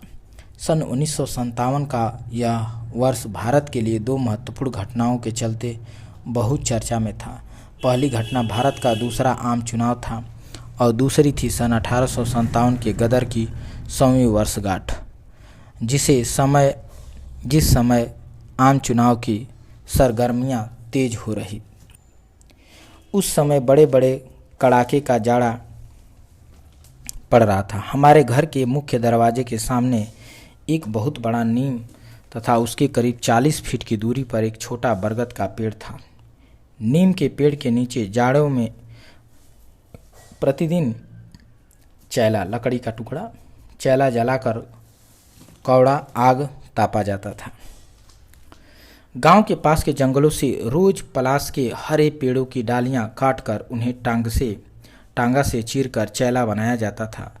पलाश का औंधा कच्चा चैला बड़ी तेजी से जलता था तथा जलते समय उसमें से पतले लाशा के रूप में एक तरल पदार्थ पिघलने लगता था, जो आग में घी की तरह काम करता था। पलाश के जलने की प्रक्रिया को देखकर दलित बच्चे एक पंक्ति का एक गाना बार बार गाते रहते थे, जो इस प्रकार था, ओंदा कांचा जरे परासा, ओंदा कांचा जरे परासा। इस कौड़े के चारों तरफ गोल चक्कर में मेरे पिता के सारे भाई तथा दलित बस्ती के अनेक लोग बैठकर आग तापते थे तथा वहीं घंटों गांजा का दौर चलता रहता था। वहाँ मेरी पुरानी नौकरी रस्सी की गांठ जला जलाकर गांजे की चिलम में भरना भी जारी रहती थी। रात का खाना खाने के बाद गांव के करीब दर्जन भर प्रमुख ब्राह्मण रोज हमारे घर के सामने उस जलते हुए कौड़े के चारों तरफ बैठ जाते और वे चुनाव पर चर्चा शुरू कर देते। हमारे क्षेत्र के तमाम ब्राह्मण उस समय की 2 बैलों की जोड़ी चुनाव चिन्ह वाली कांग्रेसी पार्टी के कट्टर समर्थक थे। हमारे गांव के ब्राह्मण भी कांग्रेस के ही समर्थक थे। उन्हें यह अच्छी तरह मालूम था कि मेरे सबसे बड़े चाचा बहरगांवा के चौधरी हैं, इसलिए वे सारे दलित उनके ही कहने पर किसी पार्टी को वोट डालेंगे। ब्राह्मणों के मुखिया यमुना पांडे थे। उनके नेतृत्व में ब्राह्मणों का जत्था चुनाव संपन्न होने के एक दिन पहले तक प्रचार के दौरान रोज उसी कौड़े पर आकर कांग्रेस को वोट देने के लिए कहता था। उस समय हमारे जिला आजमगढ़ में भारतीय कम्युनिस्ट पार्टी का बहुत जोर था तथा अधिकतर दलित कम्युनिस्ट उम्मीदवारों को वोट देते थे। मेरे पिताजी अत्यंत धार्मिक होने के कारण हमेशा पूर्वोक्त बाबा हरिहर दास से पूछकर धार्मिक उम्मीदवारों को ही वोट देते थे। मुन्नर चाचा जवाहरलाल नेहरू के भक्त थे और वे कांग्रेस को तथा घर गांव के अन्य लोग प्रजा सोशलिस्ट पार्टी को वोट देते थे, जिसका सबसे बड़ा कारण यह था कि उसके उम्मीदवार का चुनाव चिन्ह झोपड़ी था। गांव के दलित अधिकतर झोपड़ियों में ही रहते थे, इसलिए उन्हें इससे अपनत्व की अनुभूति होती थी। मुन्नर चाचा गांव के पश्चिम में स्थित अमठा गांव के मुरली सिंह नामक एक छत्री के यहाँ अक्सर जाते आते रहते थे। मुरली सिंह अमठा के मुखिया थे तथा उनके यहाँ गांजा बिकता था, अतः मुन्नर चाचा की इसी कारण उनसे काफ़ी दोस्ती हो गई थी। अमठा के एक वकील थे जो रोज़ आजमगढ़ करीब 18 मील दूर साइकिल से कचहरी आते जाते थे और वे शहर से देश की उड़ती पुड़ती खबरें लाया करते थे। मुन्नर चाचा मुरली सिंह की गांजा दोस्ती के परिणाम स्वरूप उनके माध्यम से काफ़ी खबरें लेकर आते और रात में कौड़ा तापते समय सबको बताते। गांव के ब्राह्मण भी उनसे ही कई खबरों को जान पाते थे। अतः मुन्नर चाचा हमारी बस्ती के असली राष्ट्रीय नेता बन गए थे। राजनीति में सभी उनका लोहा मानते थे। कौड़ा के पास चुनाव के दौरान ब्राह्मणों के साथ गांजा की महफिल जमी रहती थी और मैं रस्सी की गांठ जलाते उनकी सारी बहसें ध्यान लगाकर सुनता रहता था। दूसरे दिन ये सारी बातें स्कूल जाकर अन्य बच्चों को बताता था। बच्चे मुझे कहते थे, ये बड़ा गप्पी हुए। ऐसे ही एक दिन मुन्नर चाचा ने बताया कि जवाहरलाल नेहरू रूस से सीख कर आए हैं कि अब भारत में समूही खेती हुई और सब कमाई सब खाई। नेहरू जी कारखाना खोलियाँ, आप 5 साल में एक बार योजना बनाई है, यानी पंचवर्षीय योजना की बात हो रही है। पहले हकबट हुई फिर चकबट हुई। उनकी ये बातें मुझे बिल्कुल समझ में नहीं आती थी, खास करके सामूहिक खेती। वर्षों बाद जब हाई स्कूल में गया तो सामूहिक का भेद सामूहिक खेती के रूप में मैं समझ पाया कि सामूहिक मतलब सामूहिक होता है। किंतु उस समय हकबट और चकबट तथा सब कमाई सब खाई मुझे बहुत अच्छी तरह समझ में आया था, तथा यह भी कि यह सब रूस की देन है। यह मेरे जीवन की एक अति विशिष्ट घटना थी। जब मैं जाने या अनजाने में समाजवाद तथा सोवियत संघ के से 8 वर्ष की उम्र में प्रभावित हुआ था। मेरे पिताजी प्रायः कहा करते थे, अधपेटवा खाना बिरही बोल किसी के लिए सहना मुश्किल होता है। ऐसी परिस्थितियों से गुजरने वाले वातावरण में हकबट तथा सभी कमाएगा सभी खाएगा इतना ज़्यादा मेरे दिल को छू गया थे कि मैं आने वाली सारी ज़िंदगी में समाजवाद तथा सोवियत संघ का अंधभक्त बना रहा। इसी चुनाव के दौरान हमारी दलित बस्ती में एक दिन आजमगढ़ के 2 कम्युनिस्ट नेता चंद्रजीत यादव तथा सूरजन राम पार्टी के लिए आए। हंसिया गेहूं की बोली छोटे छोटे छापे हुए लाल कार्ड वे बच्चों को बांट रहे थे। एक मुझे भी मिला और मैंने सकुचाते हुए एक कार्ड मांग लिया। उन्हें पाकर मुझे ऐसी अनुभूति हुई कि मानो हकबट हो चुका। साथ ही सूरजन राम, जो स्वयं आजमगढ़ के प्रख्यात दलित नेता थे, ने मेरे घर के सामने वाली दीवार पर गेरू से एक विशाल हंसिया पर चढ़ी गेहूं की बलि का चिन्ह बनाकर सबसे पार्टी को वोट देने की अपील की और पास वाले गांव में चले गए। मैं रोज़ सुबह शाम दीवार पर उस निशान को सामने खड़ा होकर देखता रहता। साथ ही उन दोनों कार्डों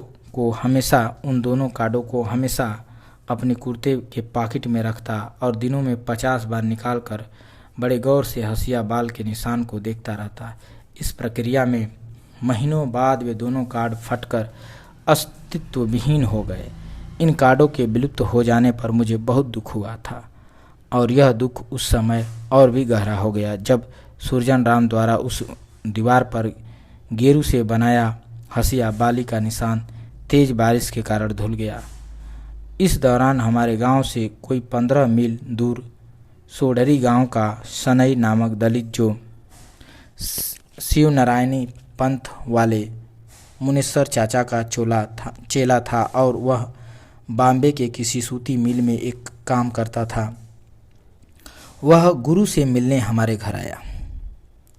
उसने बताया कि लाल झंडे वाला एक नेता डंगरिया है जो मजदूरों की हड़ताल कराकर मालिकों की नाक में एकदम फायर कर दिया है। उसी का एक संगी नमरिया है, वह भी बड़ा फैरबाज है। मैं वर्षों बाद समझ सका कि वह डांगे को डंगरिया और नंबूदरी पाद को नमरिया कहता था।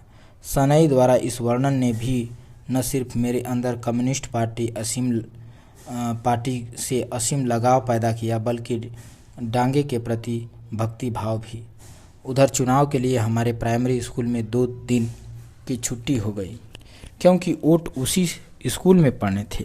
मेरे पिताजी माँ तथा मुझे लेकर वोट डालने गए थे। चुनाव स्थल के पास ही मेला लगा हुआ था। खाने पीने की सामान भी बिक रहे थे। दूर दूर के गांव के लोग वोट डालने आ रहे थे। विशेष रूप से हर गांव की दलित महिलाएं लोकगीत गाती हुई और लाल चादर ओढ़े हुए आती थी। उस समय सभी वर्गों के अधिसंख्य लोग अंगूठा निशानी लगाकर वोट देते थे। चुनाव के दूसरे दिन अंग्रेज़ों के ज़माने वाली एक लाल सी मिनी बस, जिसे मेरे पिताजी लोरी कहते थे, आई और मतपेटियों को लेकर आजमगढ़ जिला केंद्र पर पहुंच चली गई। यह चुनाव मेरे लिए इसलिए भी यादगार बन गया था कि पहली बार मैंने वह मोटर यानी लोरी देखी थी, और जब वह जाने लगी तो बहुत तेज़ फड़फड़क कर धूल उड़ने लगी थी और कई बच्चों के साथ मैं भी उसके पीछे दौड़ता हुआ बहुत दूर तक गया था। उस समय यह फ़र्क करना मुश्किल था कि हम मोटर का पीछा कर रहे थे या उड़ते हुए बवंडर का। शुरू में कुछ दूर जाकर वह मोटर एक जगह घो घो करके रुक गई। उस समय आसपास के ढेर सारे लोग इकट्ठा हो गए। लोग कहने लगे, जब तक मोटर गाना नहीं सुनेगी वह चालू नहीं होगी। उस समय ऐसा ही अंधविश्वास गांव में फैला हुआ था। उस मोटर की छत पर एक भोंपू लगा हुआ था। तब अंदर काले तवे वाली रिकॉर्ड बजने वाला ग्रामीण भाषा में फोन गिलास रखा हुआ था। उस समय तवा रखते ही गाना बजा, हे हो संवरिया जो जैबो बजरिया तो लैबो चुनरिया खादी की, जय बोलो महात्मा गांधी की। थोड़ी देर बाद मोटर चल पड़ी और चल पड़ा था हमारे साथ बवंडर भी। दूसरी घटना सन 1857 के गदर की 100वीं वर्षगांठ के बारे में मैं कुछ भी नहीं जानता या समझता था। मुन्नर चाचा वहीं मुरली सिंह के यहाँ से जो कुछ सुनाते गांव में आकर सबको बताते। उन्होंने सबसे पहले यह बताया कि 9 ग्रह एक साथ मिलने वाले हैं, जिसके चलते गांव-गांव में महामारी आएगी और बड़े पैमाने पर आपस में लोग मरेंगे कटेंगे। बाप बेटा को कुछ नहीं समझेगा और न बेटा बाप को, न माँ बेटा को न माँ बेटी को, बेटा को बेटी को, न बेटा बेटी को, किसी को कुछ कोई नहीं समझेगा। आपस में कोई भी रिश्ता नहीं रह पाएगा। सभी एक दूसरे के पीछे पड़ जाएंगे और शीघ्र ही सारी दुनिया बर्बाद हो जाएगी। आदि आदि कई प्रकार की बातें। उस समय जाड़ा जा रहा था और गर्मी दस्तक दे रही थी। फसलें भी तैयार हो रही थी। लोग खास करके बच्चे और औरतें डर के मारे फसल से ढके हुए खेतों में जाने से डरने लगे। गन्ने तथा अरहर के खेतों के पास तो कोई अकेला कभी नहीं जाता था। रात के समय गन्ने के खेतों से सैकड़ों सियार का हुआ हुआ वाला शोर सोए हुए लोगों को डर से गनगना देता था। उस समय हमारे क्षेत्र में सियारों की भरमार हुआ करती थी। कभी कभी गांव में सियार मरौआ आते थे और गन्ने के खेत में सियार मार कर ले जाते थे। उनकी खाल बेचकर वे खूब पैसा कमाते थे। गन्ने की फसलों को चूसकर सियार बहुत नुकसान पहुंचाते थे। गन्ने के खेत की तरफ रात में बच्चे बूढ़े सभी कभी कभी घरों के बाहर से देखते। हमें समय समय पर आसमान से अचानक चिराग या जलता हुआ सफ़ेद छोटा छोटा या 1 फीट लंबाई वाला पुंज नीचे गन्ने के खेतों में गिरता दिखाई देता। लोग आंख मूंद लेते और कहते कि आसमान से भूत इधर उधर दौड़ते हैं, और जब अंधेरे में दिखाई नहीं देता तो वे अपना मुंह बारते हैं, जिससे आग निकलती है और उन्हें दिखाई देने लगता है। यह दृश्य हमें बड़ा ही डरावना लगता था। बाद में बड़े होने पर साइंस मास्टरों से पता चला कि यह ऐसा उल्का पिंडों के टूटने से होता है, न कि भूतों से। इस चिराग पुंज को गांव वाले लुक या लुक्का, शायद उल्का कहते थे। मैं भी जब तक गांव में रहा इसे लुक्का ही कहता रहा। इसी बीच बड़ी तेज़ी से गांव में एक अफवाह उड़ गई कि साधुओं के भेष में मुड़कटवा बाबा घूम घूम कर बच्चों का सिर काट कर ले जा रहे हैं। धोकर कसाबा बाबा और लकड़सुंघवा बाबा की भी अफवाह खूब फैली। कहा जाने लगा कि धोकर कसवा बाबा बच्चों को पकड़कर अपने धोकरी यानी भिखमंगे जोगियों के कंधे पर लटकने वाला जो बोरीनुमा गहरा झोला था उसी में भर कर कस कर बांध देते हैं। जिससे वे मर जाते थे, तथा लकड़सुंघवा बाबा एक जादुई लकड़ी सुंघाकर बच्चों को बेहोश करके मार डालते थे। हमारे गांव में अफवाह उड़ी कि ये तीनों प्रकार के बाबा लोग गांव के चारों तरफ विभिन्न दीवानों, सिवानों तथा मुर्दहिया के जंगल में छिपे रहते थे और वे बच्चों को वहीं ले जाकर मारते थे। मुर्दहिया में गांव के मुर्दे जलाए तथा दफनाए जाते थे। यही गांव का शमशान था तथा गांव के आसपास पीपल के पेड़ों पर भूतों ने अपना अड्डा बना लिया। ये घटनाएं भी नवग्रहों के मेल के कारण हो रही है, जिसके कारण एक भारी गदर होने वाला है। इन अफवाहों ने गांव के बच्चों से लेकर बूढ़ों तक की जान सुखा दी। लोग डर के मारे संध्या होते ही घरों झोपड़ियों में बंद हो जाते थे। उस समय दलितों के अधिकतर घरों में लकड़ी के दरवाजे किवाड़ी नहीं होती थी।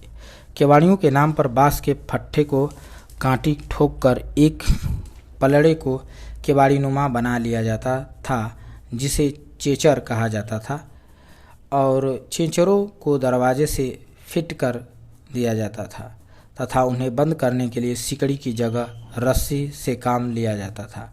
अतः रस्सी से बांधे चेचरों की आड़ में सो रहे दलित रात भर इस चिंता में पड़े रहते थे कि यदि मुड़कटवा बाबा आ गए तो बड़ी आसानी से चेचरों को तोड़कर लोगों को मार डालेंगे। जहाँ तक इन बाबाओं के सिवानों तथा मुर्दहिया में छिपे रहने का सवाल है, हमारे गांव का भूगोल काफ़ी रोचक है। उन दिनों यानी आज से ठीक 50 साल पूर्व हमारे गांव के पूर्व तथा उत्तर दिशा में पलाश के बहुत घने जंगल थे, जिसमें पीपल, बरगद, सिंघोर, चिलबिल, सिरिस, शीशम, अकोल्हा आदि अनेक किस्म के अन्य वृक्ष भी थे। गांव के पश्चिम तरफ करीब 1 किलोमीटर लंबा चौड़ा ताल था, जिसमें 12 महीने पानी रहता था। इस ताल में बेर्रा, सिरुकी, पुरैन, तिन्ना और जलकुंभी आदि जैसी अनेक जलजीवी वनस्पतियां पानी के को ढके रहती थी। रोहू, मंगरू, गोइजा, बस, पढ़नी, टेंगरी, चनगा, टेंगना, मुट्ठी, चल्हा, सिधरी, कवई आदि अनेक प्रकार की मछलियों की भरमार उसमें रहती थी। इस ताल की सबसे ज़्यादा छठा बिखरती थी। उसमें पनडुब्बी, काली मुर्गियां होती थी, बिगौचा तथा अनगिनत सफ़ेद बगुले जैसे पक्षियों के निवास से इस ताल के किनारे ढेर सारे पेड़ थे, जिनमें एक बड़ा पीपल का भी पेड़ था, जिस पर लोगों के विश्वास के अनुसार ताल का खतरनाक भूत रहता था। दक्षिण तरफ खेत ही खेत थे। इस भूगोल में विभिन्न दिशाओं में स्थित खेती लायक जमीन को पूरे क्षेत्र का सिवान कहते थे, जिनके अलग अलग नाम थे। हमारे गांव के सिवान क्रमशः पूर्व में मुर्दहिया, उत्तर में मरथया, सरदा, टड़िया, पश्चिम में समड़ा, महदाई माई, परसा तथा दक्षिण में गुदिया के नाम से जाने जाते थे। इसी तरह क्रमशः टंडवा, भुजई, लखीपुर, भटगांव, अमठा, दौलताबाद, मठिया, पारूपुर, परसुपुर, चतुरपुरा नामक विभिन्न पड़ोसी गांव भी थे। दौलताबाद के बाद वाला पश्चिम गांव में विश्वविख्यात बौद्ध तथा कम्युनिस्ट विद्वान महापंडित राहुल संकृत्यान का गांव कनैला था। इन्हीं सिवानों से घिरे हमारे धर्मपुर गांव के सबसे उत्तर में अहिर बहुल बस्ती थी, जिसमें एक घर कुम्हार, एक घर नोनिया, एक घर गडेरिया, एक घर गोंड का था। बीच में बभनौटी ब्राह्मण टोला तथा तमाम गांवों के परंपरा के अनुसार सबसे दक्षिण में हमारी दलित बस्ती। एक हिंदू अंधविश्वास के अनुसार किसी गांव में दक्षिण दिशा ही कोई आपदा, बीमारी या महामारी आती थी, इसलिए हमेशा गांव के दक्षिण में ही दलितों को बसाया जाता था। अतः मेरे जैसे सभी लोग हमारे गांव में ही इन्हीं महामारियों, आपदाओं का प्रथम शिकार होने के लिए ही दक्षिण की दलित बस्ती में पैदा हुए थे। साथ ही गांव का भौतिक भूगोल उन तमाम भूतहित खूनी अफवाहों के लिए प्राकृतिक रूप से बेहद अनुकूल था। मुर्दहिया, मरथया ताल के पास वाली सिवान, परसा तो इन भूतों की भूमिगत बस्तियां थीं। इन अफवाहों के बीच मुर्दहिया सबसे डरावनी बन गई थी। गर्मी के दिनों में वहां हजारों बड़े बड़े पलाश के पेड़ एकदम सूख लाल टेसुआ टेसुओं फूलों से लद जाते थे। दूर से देखने पर लगता था कि जलती हुई लाल आग की रक्तीली लपटें हिलोरे ले रही है। उन्हें देखकर ऐसा भी अनुभूति होती थी कि मानो मुर्दैया की बुझी हुई चिताएं पलाश के पेड़ों पर चढ़कर फिर से प्रज्वलित हो गई हैं। आम दिनों में भी गांव के लोग का कहना था कि दोपहर के समय तो मुर्दैया पर कदापि नहीं जाना चाहिए, क्योंकि भूत उस समय बहुत गुस्से में होते हैं और वे कटवाहा कुत्तों के भेष में घूमते हैं। किसी के मिल जाने पर उसे नोच नोच कर खा जाते हैं। लाल टेसुओं से लदे ये पलाश के पेड़ जहाँ एक तरफ अत्यंत मनमोहक लगते थे, वहीं उनके मुर्दैया पर होने के कारण इन पेड़ों को लालिमा बेहद डरावनी छवि प्रस्तुत करती थी। विशेष रूप से चांदनी रात में वे खून से लथपथ किसी घायल व्यक्ति जैसे प्रतीत होते थे।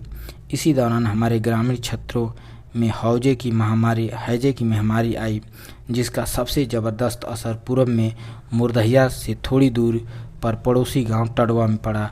महामारी मुर्दैया और टड़वा के बीच से होकर वह नाला बहता था जो प्राइमरी स्कूल से होकर आगे बढ़ता था और लगभग 5 मील दूर स्थित मगही नदी में मिल जाता था। इन गांवों में किसी दिन किसी एक के भी हैजे से मरने पर 50 के मरने की अफवाह उड़ जाती थी, जिससे बड़ा चिंताजनक माहौल पैदा हो जाता था। फिर भी बड़ी भारी संख्या में लोग मरे थे। हमारी मुर्दैया के आसपास की जंगली जमीन मुर्दों से पट गई थी। विशेष रूप से नाले के तीरे तीरे अनेक कब्रें उग आई थी। एक प्रथा के अनुसार दलितों की कब्रों पर छोटी छोटी इंडिया में लाल कपड़े की झंडियाँ बांध दी जाती थी, गाड़ दी जाती थी, झंडी लगा दी जाती थी। एक सिरे से देखने पर हवा के झोंकों से फड़फड़ाती इस झंडियाँ ऐसे लगती थी मानो भूतों की लाल लाल फसलें तैयार होकर लहलहा रही हैं। हैजे से मरे हुए लोगों की लाशों से लोग इतना डरे हुए थे कि बहुत छिछली सी कब्रें जल्दी जल्दी खोदकर उन्हें दफना देते थे। गन्ने तथा अन्य बड़ी फसलों में बड़ी संख्या में छिपे हुए सियारों ने वहां से निकालकर मुर्दैया तथा उस नाले के आसपास अपना बसेरा बना लिया था।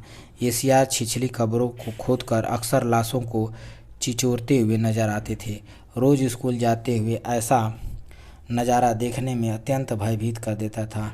उनके बारे में अफवाह फैली हुई थी कि मुर्दा खाने से ये सियार पागल हो जाते हैं, इसलिए आदमी को दौड़ाकर वे काट कर खा जाते हैं।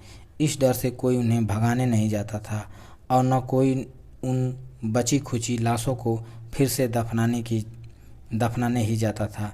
यह बड़ा ही हृदय विदारक दृश्य होता। जिनकी लाशों को सिवारों से खूंखार जबड़ों से गुजरना पड़ता। पता चलने पर उनके सगे संबंधियों का विशेष रूप से औरतों का वर्णनात्मक शैली में गा गा कर रोना दिल को दहला देता था। उधर रातों में मुर्दाखोर सियारों का हुआ वाला शोर बच्चों को बहुत डराता था, किंतु मेरी दादी कहती थी कि मुर्दैया के सारे पुराने भूत अपनी बढ़ती हुई आबादी से खुश होकर नाचते हुए सियारों जैसा गाना गाते हैं। दादी द्वारा प्रस्तुत भूतों की इस नृत्य विद्या और गायन शैली से मैं बहुत घबरा जाता था। दादी यह भी कहती थी कि महामारी में मरने वाले औरतें नागिन बनकर घूमती हैं, इनके काटने से कोई भी जिंदा नहीं बचता। दादी मुझे अक्सर याद दिलाती कि किसी झाड़ी झंखार से गुजरते हुए जय राम जमेदर जरूर दोहराते जाना। ऐसा करने से नाग नागिन भाग जाते हैं। मैं दादी की सारी बातों को इस धरती का अकंठ अंतिम सत्य मानता था, इसलिए अक्षरशः उसका पालन करता था। और जब भी किसी कंजास से गुजरता मैं जय राम जमेदर बार बार रटता जाता, किंतु इस मंत्र की गुत्थी दादी जानती थी और न गांव का कोई किसी को पता नहीं था इस मंत्र का गुत्थी क्या है। दादी इस तरह की अनसुलझी गुत्थियों की इंसाइक्लोपीडिया थी, अतः मेरे समझने का तो सवाल ही नहीं खड़ा होता था। जब मैंने काफ़ी बड़ा होकर महाभारत पढ़ा तब जाकर यह गुत्थी सुलझ पाई, वह भी यह जानने पर कि पौराणिक वीर अर्जुन के पौत्र राजा परीक्षित के बेटे का नाम जन्मेजय था, जिन्होंने सांपों को मारने का एक सर्प यज्ञ कराकर उन्होंने उन्हें हवन कुंड में जला दिया। तभी से धरती के सारे सांप जन्मेजय का नाम सुनते ही अपनी जान बचाने के लिए भाग जाते हैं।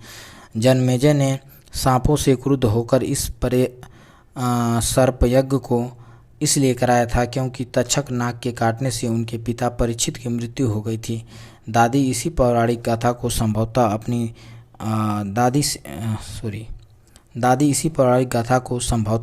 अपनी दादी से सुनकर जन्मेजय का तद्भव अपनी भाषा में जमेदर कहती थी।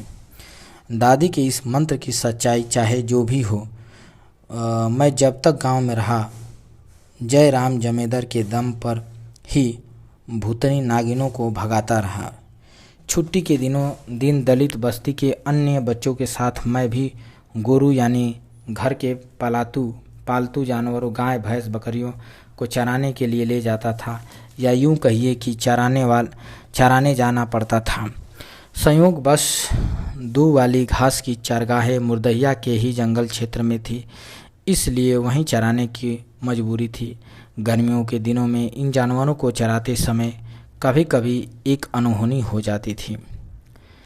वह थी सियारों द्वारा बकरियों का अचानक मुंह से गला दबाकर मार डालना। हम बच्चे जानवरों को चराने के लिए छोटे छोटे पेड़ों पर चढ़कर लखनी अथवा ओलापाती नाम खेल खेला करते थे। इस खेल में 1-2 फुट पतली लकड़ी पेड़ के नीचे रख दी जाती थी। फिर एक लड़का पेड़ से कूदकर उस लकड़ी, जिसे लखनी कहा जाता था, को उठाकर अपनी एक टांग ऊपर करके उसके नीचे से फेंककर पेड़ पर पुनः चढ़ जाता था। जहाँ लखनी गिरती थी, पेड़ के नीचे खड़ा दूसरा लड़का उसे उठाकर दौड़ता हुआ पुनः पेड़ के नीचे आकर उस लखनी से पहले वाले को जमीन से ऊपर कूदकर छूने की कोशिश करता। वह भी सिर्फ एक बार में। यदि उसे छू लिया तो पेड़ चढ़े लड़के को मान लिया जाता था कि अब वह मर चुका है, इसलिए वह खेल से बाहर हो जाता था। फिर लखनी से छूने वाला लड़का विजेता हो जाता था। इस मरे हुए लड़के को पेड़ के नीचे खड़ा होना पड़ता और विजेता पेड़ पर चढ़ जाता और खेल की वही प्रक्रिया पुनः दोहराई जाती।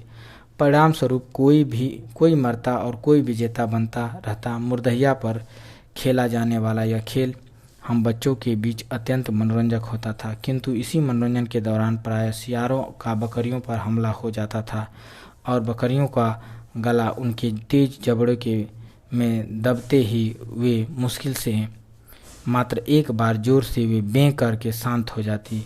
उनकी ये बें सुनकर जब तक हम बच्चे अपनी लाठियां लेकर सियारों को दौड़ाकर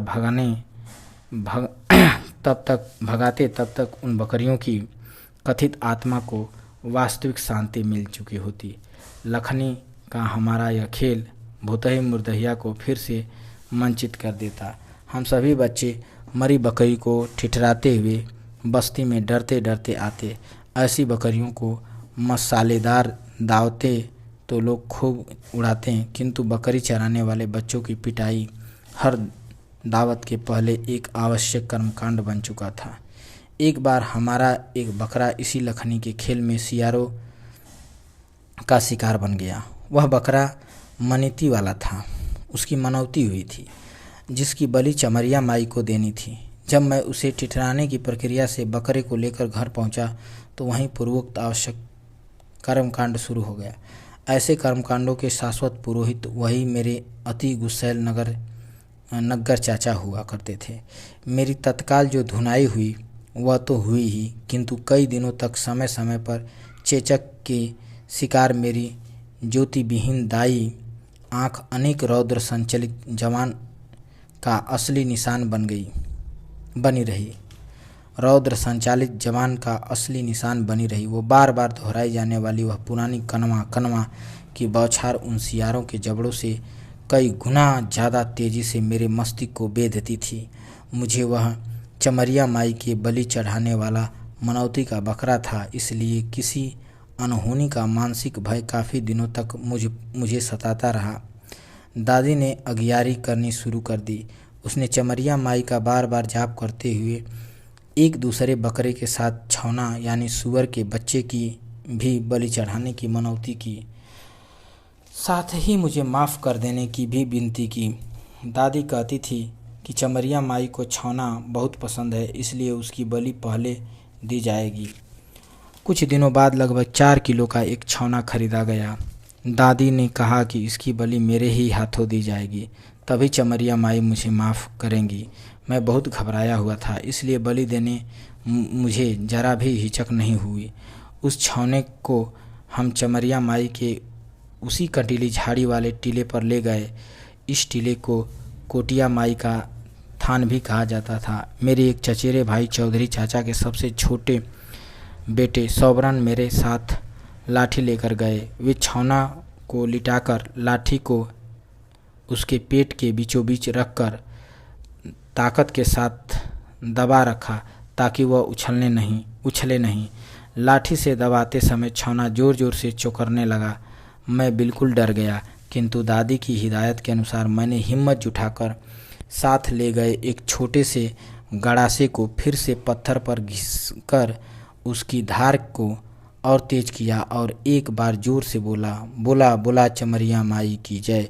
मेरे साथ यह नारा सोबरन भैया ने भी दोहराया। फिर मैंने गड़ासे को छौने की नटई की तरफ खड़ा करके आंखें मूंद कर अंधाधुंध रेतने लगा। छौने का चौकरना कई बार तेज होकर शीघ्र ही शांत हो गया और उसकी गर्दन बिल्कुल अलग हो गई। मैंने दादी के कहने के अनुसार बहते हुए खून को हाथों में रोपकर चमरिया माई के थान पर रखे हुए मिट्टी के हाथी घोड़े के ऊपर छिड़क दिया और सियार द्वारा बलि के बकरे को मार डालने के अपने गुनाह के लिए उनकी विनती की। इसके बाद हम बलि चढ़ाए, छौने को लेकर घर वापस आ गए।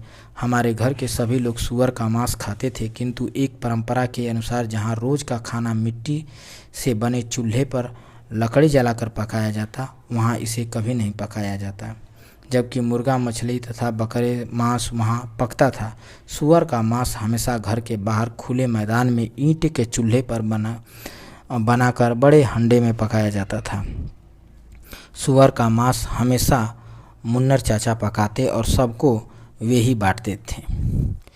उस दिन जब मेरे द्वारा बलि वाला छौना पकाया जा रहा था, तो मुन्नर चाचा ने मुझे एक छोटा सा बांस का सोटा पकड़ाकर कहा कि बिठुले, हंडा की तरफ ध्यान से देखते रहना, वरना सूअर का बच्चा निकल कर भाग जाएगा। मैं छौने के भाग जाने की उस कल्पित संभावना से चिंताग्रस्त होकर बड़ी मुस्तैदी से वहाँ खड़ा रहता था। मुझे बार बार यह संदेह होता कि जिस छौने को मैंने ही काटा है, वह पकते समय बटुले से निकलकर कैसे भाग सकता है। किंतु घर के उस घोर अंधविश्वासी वातावरण में मैं इस कोरी कल्पना को भी अकाट्य सत्य समझने पर मजबूर था। मुझे यह मनोवैज्ञानिक भय भी सताता रहता कि यदि छौना बटुले से भाग गया तो गुस्सैल नग्गर चाचा का मुकाबला कैसे करूँगा। मुझे बाद में समझ में आया कि मुन्नर चाचा का वह एक निर्दोष मजाक था।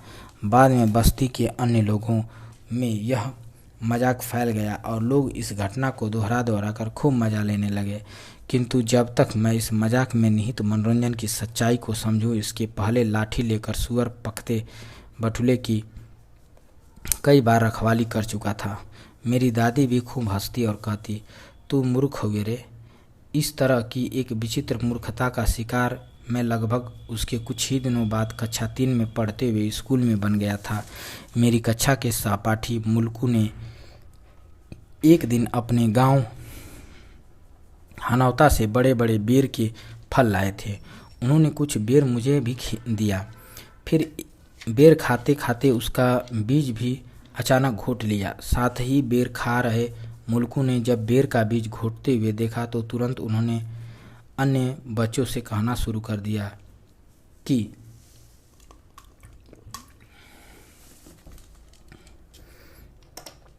इसने बेर का बिया गुठली घोट लिया है और सब उसके पेट को फाड़कर बेर का पेड़ निकलेगा। इतना सुनते ही अन्य बच्चे भी इस सत्य को दोहराने लगे। डर के मारे मैं बेहाल हो गया। कई दिनों तक पेट में पेड़ निकलने की आशंका से ग्रस्त होकर ठीक से सो नहीं सका। डर के मारे घर में किसी से कुछ न बताया।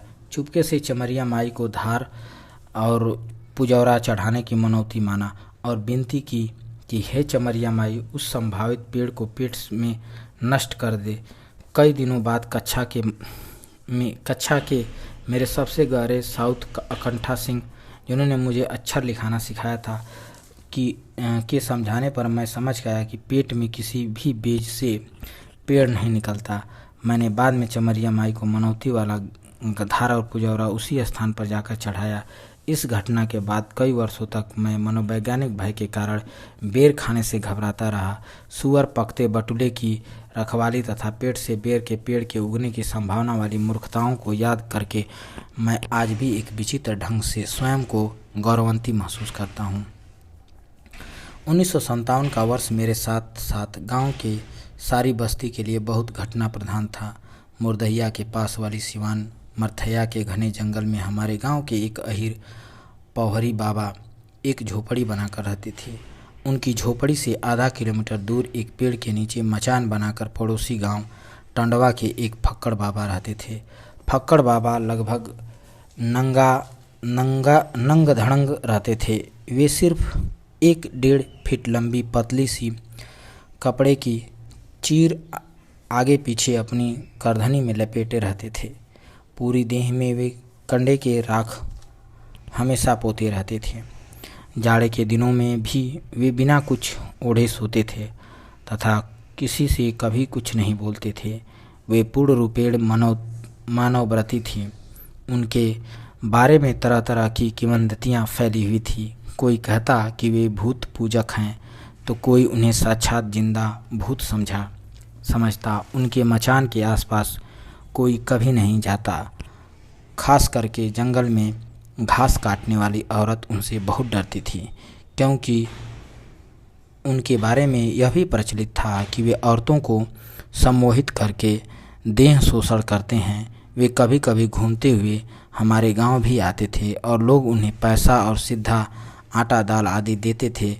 बिना कुछ बोले उसे लेकर वापस चले जाते थे। वे प्रतिदिन मिट्टी की हंडिया में कंडे की आग पर दिन में सिर्फ एक बार खाना पकाकर खाते थे। इन तमाम विचित्रताओं के बीच एक दिन फक्कड़ बाबा को घसियारों ने मचान के बाहर मरा पड़ा देखा।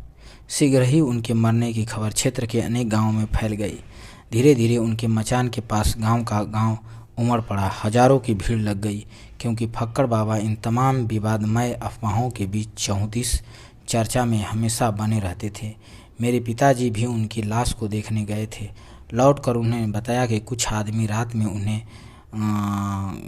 घाटा लौर देकर मार डाले हैं, शायद पैसे के लालच में। घाटा लौर के बारे में पिताजी ने परिभाषित करते हुए बताया कि 2 लाठियों के बीच आदमी की नटई दबाकर उसका दम घोट दिया जाता है। इसी को घाटा लौर कहा जाता है, जिसमें बहुत घुट घुट कर तकलीफ के बाद कोई व्यक्ति मरता है और आवाज़ नहीं निकलती। पिताजी ने यह भी बताया कि घाटा लौर से मारे जाने की पहचान मृतक के गले में नीला निशान बन जाता है तथा जीभ के मुंह से बाहर निकल जाने से होती है, जैसे कि फक्कड़ बाबा के साथ हुआ था। फक्कड़ बाबा की हत्या से हमारे गांव में बड़ी दहशत फैल गई। अफवाह उड़ गई कि इलाके के सारे भूत आएंगे और इकट्ठा होकर लोगों से चुन चुन कर फक्कड़ बाबा की हत्या का बदला लेंगे। भूतों का भय इतना फैल गया कि लोगों का मरथैया की तरफ जाना बंद हो गया। हमारे गांव के कई दलित भूतों की पूजा करते थे और उनमें से हर एक के भूत बाबा अलग अलग पीपल के पेड़ पर रहते थे। हमारे घर के भूत बाबा वहीं पड़ोसी गांव दौलताबाद के पास वाले पुराने पीपल के पेड़ पर रहते थे। उस भूतवा बाबा को खुश करने के लिए फक्कड़ बाबा की हत्या के बाद पहली बार मुन्नर चाचा मुझे अपने साथ ले गए। हम लोग साथ में एक खंडिया दूध, एक सेर चावल तथा कुछ भेली और गाय बैल के गोबर से बने हुए सूखे गोईठे को भी ले गए। गोईठे का आहरा लगाकर हंडिया में दूध, चावल और भेली डालकर जाऊर खीर पकाई गई, जिसमें थोड़ा उस भूत बाबा वाले पीपल के पेड़ की जड़ पर चढ़ाया गया तथा एक लंगोट उसकी एक डाली में इस प्रकार चढ़ाकर मैंने बांध दिया। शेष जाऊर को घर लाया गया, जिसे परिवार के सभी लोग प्रसाद के रूप में खाए। इस चढ़ावे के बाद दादी का कहना था कि अब फक्कड़ बाबा की हत्या का बदला लेने वाले किसी अन्य भूत को हमारे खानदानी भूतवा बाबा हमारे परिवार के आसपास नहीं फटकने देंगे। दादी की इस बात से घर के सारे लोग पूर्ण रूपेण अस्वस्थ हो गए थे। बाद में ऐसी पूजाओं के लिए मुझे अकेले भेजा जाने लगा था। इस तरह की पूजाओं में भाग लेने के कारण मेरे अंदर का अलग ढंग का विश्वास जागने लगा, जिसके कारण धीरे धीरे मस्तिष्क में भूतों का डर दूर होने लगा, क्योंकि मुझे पूरा विश्वास होने लगा कि जब मैं स्वयं भूत बाबा को जाऊर और लंगोटा चढ़ाने जाता हूँ तो फिर उनसे डर कैसा। इसी बीच वर्षा के दिनों में मेरे सिद्धस्थ मच्छरमरवा पिताजी ने गांव के ताल के अंदर एक अखन्ना बांधा। पानी के अंदर गीली मिट्टी से गोल दीवार उठाकर पानी की सतह तक लाकर उसके ऊपर का हिस्सा हाथ में लीपकर चिकना बना दिया जाता और गोल गईटे से छोटी हंडिया से पानी निकालकर खाली कर दिया जाता। इसी को अखन्ना बांधना कहते। इस तरह के अखन्ना में मछलियाँ वहाँ से अखन्ना से गगरी भरकर मंगूर गिरई लेकर आते थे। ताल के पास ही परसा नाम के एक सिवान में स्थित उस भूतहे पीपल के पास ही कुछ आम के पेड़ थे। रास्ता इन्हीं पेड़ों से होकर हमारे घर की तरफ आता था। पेड़ के पास पहुँचते ही पिताजी गगरी भरी मछलियाँ पटक कर हाफते हुए भागकर घर पहुँचे। उनकी हालत बहुत खराब थी। पूछने पर घर वालों को उन्होंने डरते हुए बताया कि पास का भूत आम के पेड़ों पर एक एक पत्ती पर दिया जलाए हुए था, इसलिए किसी अनहोनी से डरकर मैं गगरी वाली वहीं पटक कर भाग गया। लोग बड़ी आसानी से विश्वास कर लिए। मैं भी उस रात बहुत डरा हुआ था, किंतु जब तथ्य मेरे दिमाग में एक संदेह अवश्य पैदा किए हुए थे कि इतने अधिक चिराग पेड़ों पर कैसे जलेंगे। ठीक दूसरे दिन दलित बस्ती के आसपास के पेड़ों पर रात में देखा कि हजारों जुगनू जलते बुझते चमकते हुए साफ नज़र आ रहे थे। मैंने दादी को बताया कि लगता है इन्हीं जुगनुओं को पिताजी ने परसा के भूत का दिया जलाना समझ लिया। दादी ने मेरा हवाला देकर यह बात घर में सबको बताई। यह बात सुनकर नग्गर चाचा अपने पुराने ढर्रे वाले शाबाशी देते हुए बोले, कनवा एकदम सही कहा था। शायद यह मेरे जीवन की पहली बुद्धिवादी तर्कड़ा थी। हमारे गांव में एक की बभनौटी के पूरब में 2 पोखरे थे। उनमें से एक पुराना पोखरा दलित बस्ती के उत्तर में बहुत पास ही उस चमरिया माई के स्थान के पास था। इस पोखरे के चारों तरफ भीटे के ऊपर बहुत पुराने बड़े इमली, पीपल और चिलबिल के पेड़ थे, जिन पर अनेक किस्म के पक्षियों के खोते थे। एक इमली के पुराने पेड़ पर मात्र एक जोड़ा उल्लुओं का था, किंतु चमगादड़ों का बहुत बड़ा जमघट था।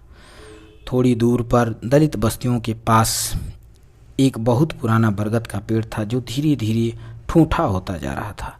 इस ठूठे बरगद पर सैकड़ों गिद्धों का बसेरा था। रात में अचानक मादा गिद्धों की चोकराहट से सारा वातावरण बड़ी कर्कशता के साथ जागृत हो जाता था। गांव के लोग कहते, गिद्धों का प्रेम मलाप चल रहा है।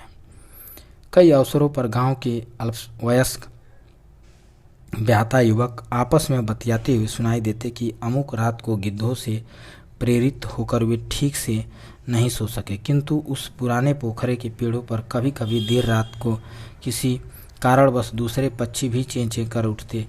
विशेष रूप से जब उल्लुओं का वह जोड़ा कुड़ुक कुड़ुक करके जोर से चहकता तो उनकी एकदम अलग आवाज़ बड़ी दूर तक सुनाई पड़ती।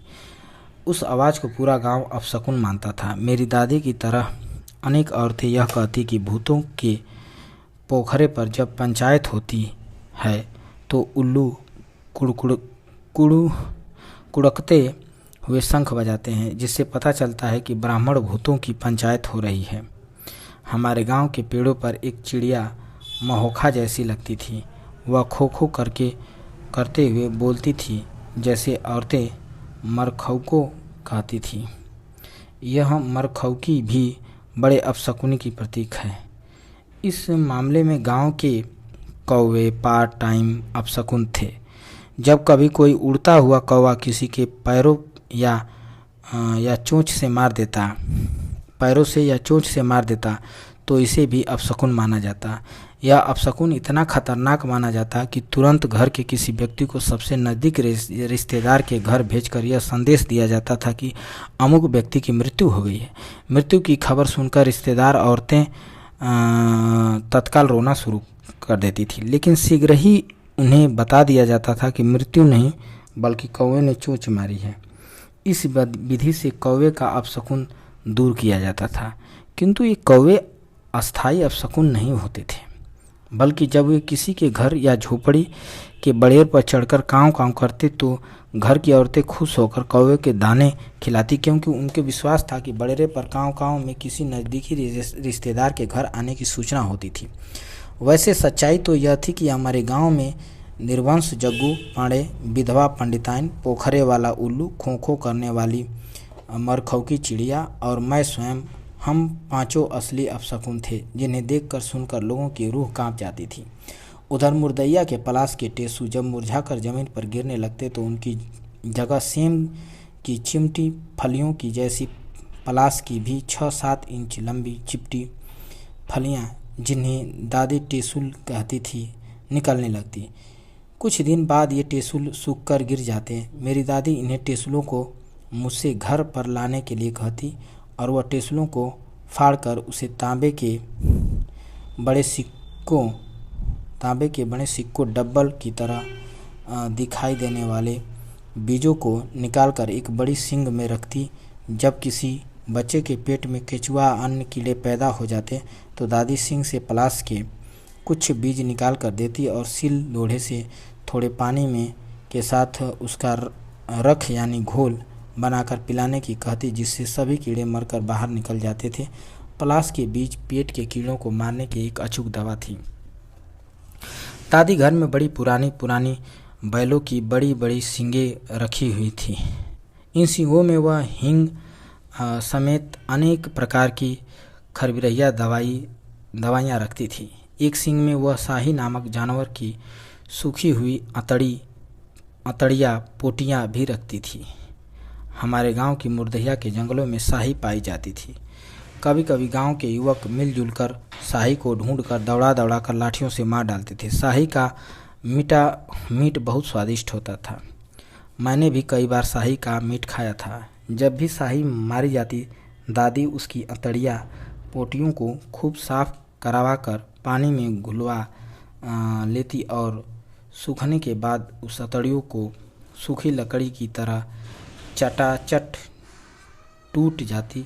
दादी उन्हें सींग में भरकर रख लेती। जब किसी का पेट दर्द करता, थोड़ी सी अतड़ी पोटी तोड़कर उसे सील पर 2 चम्मच पानी में डालकर वही घोल बनाकर सुतुही से पिला देती। पेट दर्द तुरंत बंद हो जाता। दालचीनी तथा बांस का सिक्का पीसकर ललाट पर लगाने से सिर दर्द बंद हो जाता था। दादी इस तरह एक वैद्य भी थी। वह पैसों की रेजगारी को भी सींग में रखती थी। दलित बस्ती की कुछ अन्य बुढ़ियाँ औरतें भी इसी तरह के काम के लिए सींग का इस्तेमाल करती थी। जाहिर है मेरे पशुओं का डांगर खाने वाले दिनों में दादी बड़ी बड़ी सींगों को भी मुर्दैया से काट लाती थी। वर्षों बाद जब मैंने बौद्ध त्रिपिटक पढ़ा तो उसमें पता चला कि गौतम बुद्ध के महापरिनिर्वाण के ठीक 100 साल बाद करीब 2400 वर्ष पूर्व वैशाली में विद्वान भिक्षुओं के द्वितीय महासंगति यानी बौद्ध उपदेशों का संज्ञान हुआ तो उसमें 10 संशोधन किए गए थे, जिनमें पहला ही संशोधन था सीढ़ी लोड काप यानी भिक्षा के समय जानवर की एक खाली सींग में नमक भरकर ले जाना। विनय पिटक में किसी बौद्ध भिक्षु के लिए किसी भी प्रकार की खाद्य सामग्री या धन संचय की मनाही है, किंतु इस संशोधन से मौलिक बौद्ध नियमों का उल्लंघन हुआ। उसका मूल कारण यह था कि भिक्षा में अक्सर नमक नहीं मिलता था, इसलिए भिक्षु लोग बिना नमक का ही खाना पकाकर खाते थे। यह व्यवहारिक कठिनाइयों से बचने के लिए यह संशोधन किया गया था ताकि नमक मांगकर खरीदकर सींग में रखा जा सके। तभी से सींग में संचय की यह बौद्ध प्रथा जारी हुई। दादी द्वारा दवाएं तथा पैसा, यहाँ तक कि सुई डोरी भी रखा करती थी कि हमारे खानदान वाले सदियों पूर्व कभी खाँटी बौद्ध अवश्य रहे होंगे। दादी के वे सिंह इसका प्रमाण हैं। मुर्दहिया के संदर्भ में 1957 का भादो का महीना मेरे जीवन का एक विशेष यादगार वाला महीना है। उस समय हिंदू धर्म के अनुसार खरवास यानी बहुत अपशकुन वाला महीना था। इस बीच मेरे पिताजी जिस सुदेश्वर नामक ब्राह्मण की हरवाही करते थे, उनकी बुढ़िया माँ मर गई। उनकी पट्टीदार अमिका पांडे ने पतरा देखकर बताया कि अभी 15 दिन खरवास है, इसलिए मृत माँ का दाह संस्कार नहीं हो सकता। यदि ऐसा किया गया तो माताजी नरक भोगेंगी। उन्होंने सुझाव दिया कि माताजी की तलाश को मुर्दहिया में एक जगह कब्र खोद कर गाड़ दिया जाए तथा 15 दिन बाद निकालकर लाश को जलाकर दाह संस्कार हिंदू रीति से किया जाए। मेरे पिताजी मुझे लेकर मुर्दहिया पर कब्र खोदने लगे। वे फावड़े से कब्र खोदते रहे और मिट्टी हटाता रहा। जब कब्र तैयार हो गई तो सुदेश्वर पांडे अपने पट्टीदारों के साथ लाश को लेकर उस कब्र में डाल दिया। तुरंत उसको मिट्टी से पाट दिया। दफनाने से पहले टोटका व सुदेश्वर पांडे ने कफन को एक कोने में सोने की मुनरी गठिया दी। एक अंधविश्वास के अनुसार किसी लाश के कफन में सोना बांधने से वह जल्दी नहीं सड़ेगी। ऐसे ही ब्राह्मणों के सुझाव पर किया गया था। पिताजी ने कुछ कंटीली अकुल की झाड़ियाँ काटकर कब्र के ऊपर डाल दी थी ताकि लाश को सियारों से बचाया जा सके। ऐसा करके सभी अपने घर लौट आए। सुदेश्वर पांडे रोज मेरे पिताजी को मुर्दहिया पर भेजते कि कब्र को देखाओ, क्योंकि सियारों द्वारा खोदकर लाश को खा जाने की आशंका हमेशा बनी रहती थी। पिताजी काम में व्यस्तता के कारण 2-4 दिन बाद स्वयं न जाकर मुझे कब्र देखने के लिए शाम के समय स्कूल से लौटते हुए मुर्दहिया पर जाने की हिदायत देते रहे। मैं वैसा ही करता था, किंतु कब्र के नज़दीक नहीं जाता, थोड़ी देर दूर से ही देख लेता। वैसे स्कूल का रास्ता भी मुर्दहिया के पास से ही गुजरता था। इस तरह 15 दिन जैसे तैसे बीत गए और पिताजी के साथ मेरी भी कब्र की रखवाली की अवधि समाप्त हो गई। साथ ही खरमास भी गुजर गया। अब बारी थी पांडे की माता जी को कब्र से बाहर निकालकर उनकी लाश को जलाने की। मेरे पिताजी उन 15 दिनों के दौरान प्रायः यह कहते थे कि कहीं कोई चोर डाकू उस सोने की मुनरी के लालच में कब्र खोदकर लाश को बाहर न कर दे। यदि ऐसा हुआ तो बड़ा अनर्थ होगा। सुदेश्वर पांडे को हरवाही से पिताजी का इतना लगाव था कि वे उनकी माताजी की लाश को लेकर पांडे से कहीं ज़्यादा चिंतित रहते थे। आखिर लाश निकालने का समय अमिका पांडे के उस दैवी पतरा के अनुसार निर्धारित किया गया। सुदेश्वर पांडे 2-4 फावड़ा मिट्टी हटाकर दूर खड़े हो गए और संडाद आने के डर से उनके पटीदार भी दूर भाग गए, किंतु पिताजी कब्र की मिट्टी फावड़े से हटाते रहे। किनारे लाई गई भुरभुरी मिट्टी फिर से कब्र में न गिरने पावे, इसके लिए पिताजी मुझे मिट्टी पीछे ठेलने के लिए कहते रहे। मैं वैसा ही करता गया। अंततोगत्वा कब्र में कफन वाला सफ़ेद कपड़ा दिखाई देने लगा। यकायक उस सड़ी लाश की दुर्गंध से सारा वातावरण डगमगा गया। सुदेश्वर पांडे भी मुंह पर गमछा बांध दूर भाग गए और वहीं से पिताजी से कहते रहे कि वे सोने वाली मुनरी को पहले ढूंढकर कफन से निकाल ले। यह एक अजीब स्थिति थी। उस दिन मेरे मन में पहली बार यह बात समझ में आई थी कि किसी के लिए माँ की लाश की अपेक्षा सोना कितना प्रिय था। पिताजी ने मुझे भी गमछा मुंह पर बांध लेने को कहा। मैंने वैसा ही कर लिया। उस समय सारे ब्राह्मण वहाँ से चंपत हो गए। सुदेश्वर पांडे भी दूर ही खड़े रहे। पिताजी ने जैसे तैसे सड़ी लाश को पैरों की तरफ से उठाकर मेरे हाथों में पकड़ा दिया और स्वयं सिर की तरफ से पकड़ लिया। अपार दुर्गंध और घृणा से मजबूर हम दोनों ने उस लाश को बाहर निकालकर पहले से ही पास में सजाई चिता पर रख दिया। कफन से छुड़ाकर उस सोने की मुनरी को धूल से रगड़कर पिताजी ने सुदेश्वर पांडे के हवाले कर दिया। वे बड़ी मुश्किल से मुंह नाक बांध लाश के पास आए और आग जलाकर चिता को जला दिए। पांडे पुनः भागकर दूर चले गए। वहाँ सिर्फ मैं और पिताजी खड़े रहे और लाश को जलाते रहे। इस बीच आग कम होती देख कर पिताजी ने पलाश की डालियां तोड़कर चिता में डाल दी। उधर सूरज डूबने वाला था। धीरे धीरे अंधेरा फैल रहा था। बड़ा डर लगने लगा। जैसे तैसे लाश जलाई गई और हम घर फावड़ा लेकर वापस आ गए। हमारे घर के पीछे एक छोटी सी पोखरी थी। हम उसमें जाकर खूब नहाए। पिताजी ने नहाने के बाद उसी अपने द्वारा लगाए गए पीपल के पेड़ को जड़ के पास घी का दिया जलाकर पूजा की विधि उनकी वही चिर परिचित रो रो कर किसी से बात करने वाली जैसी उस दिन भी रही। मुर्दहिया न जाने कितने वर्षों से अनगिनत लोगों के दुख दर्द को जलाकर राख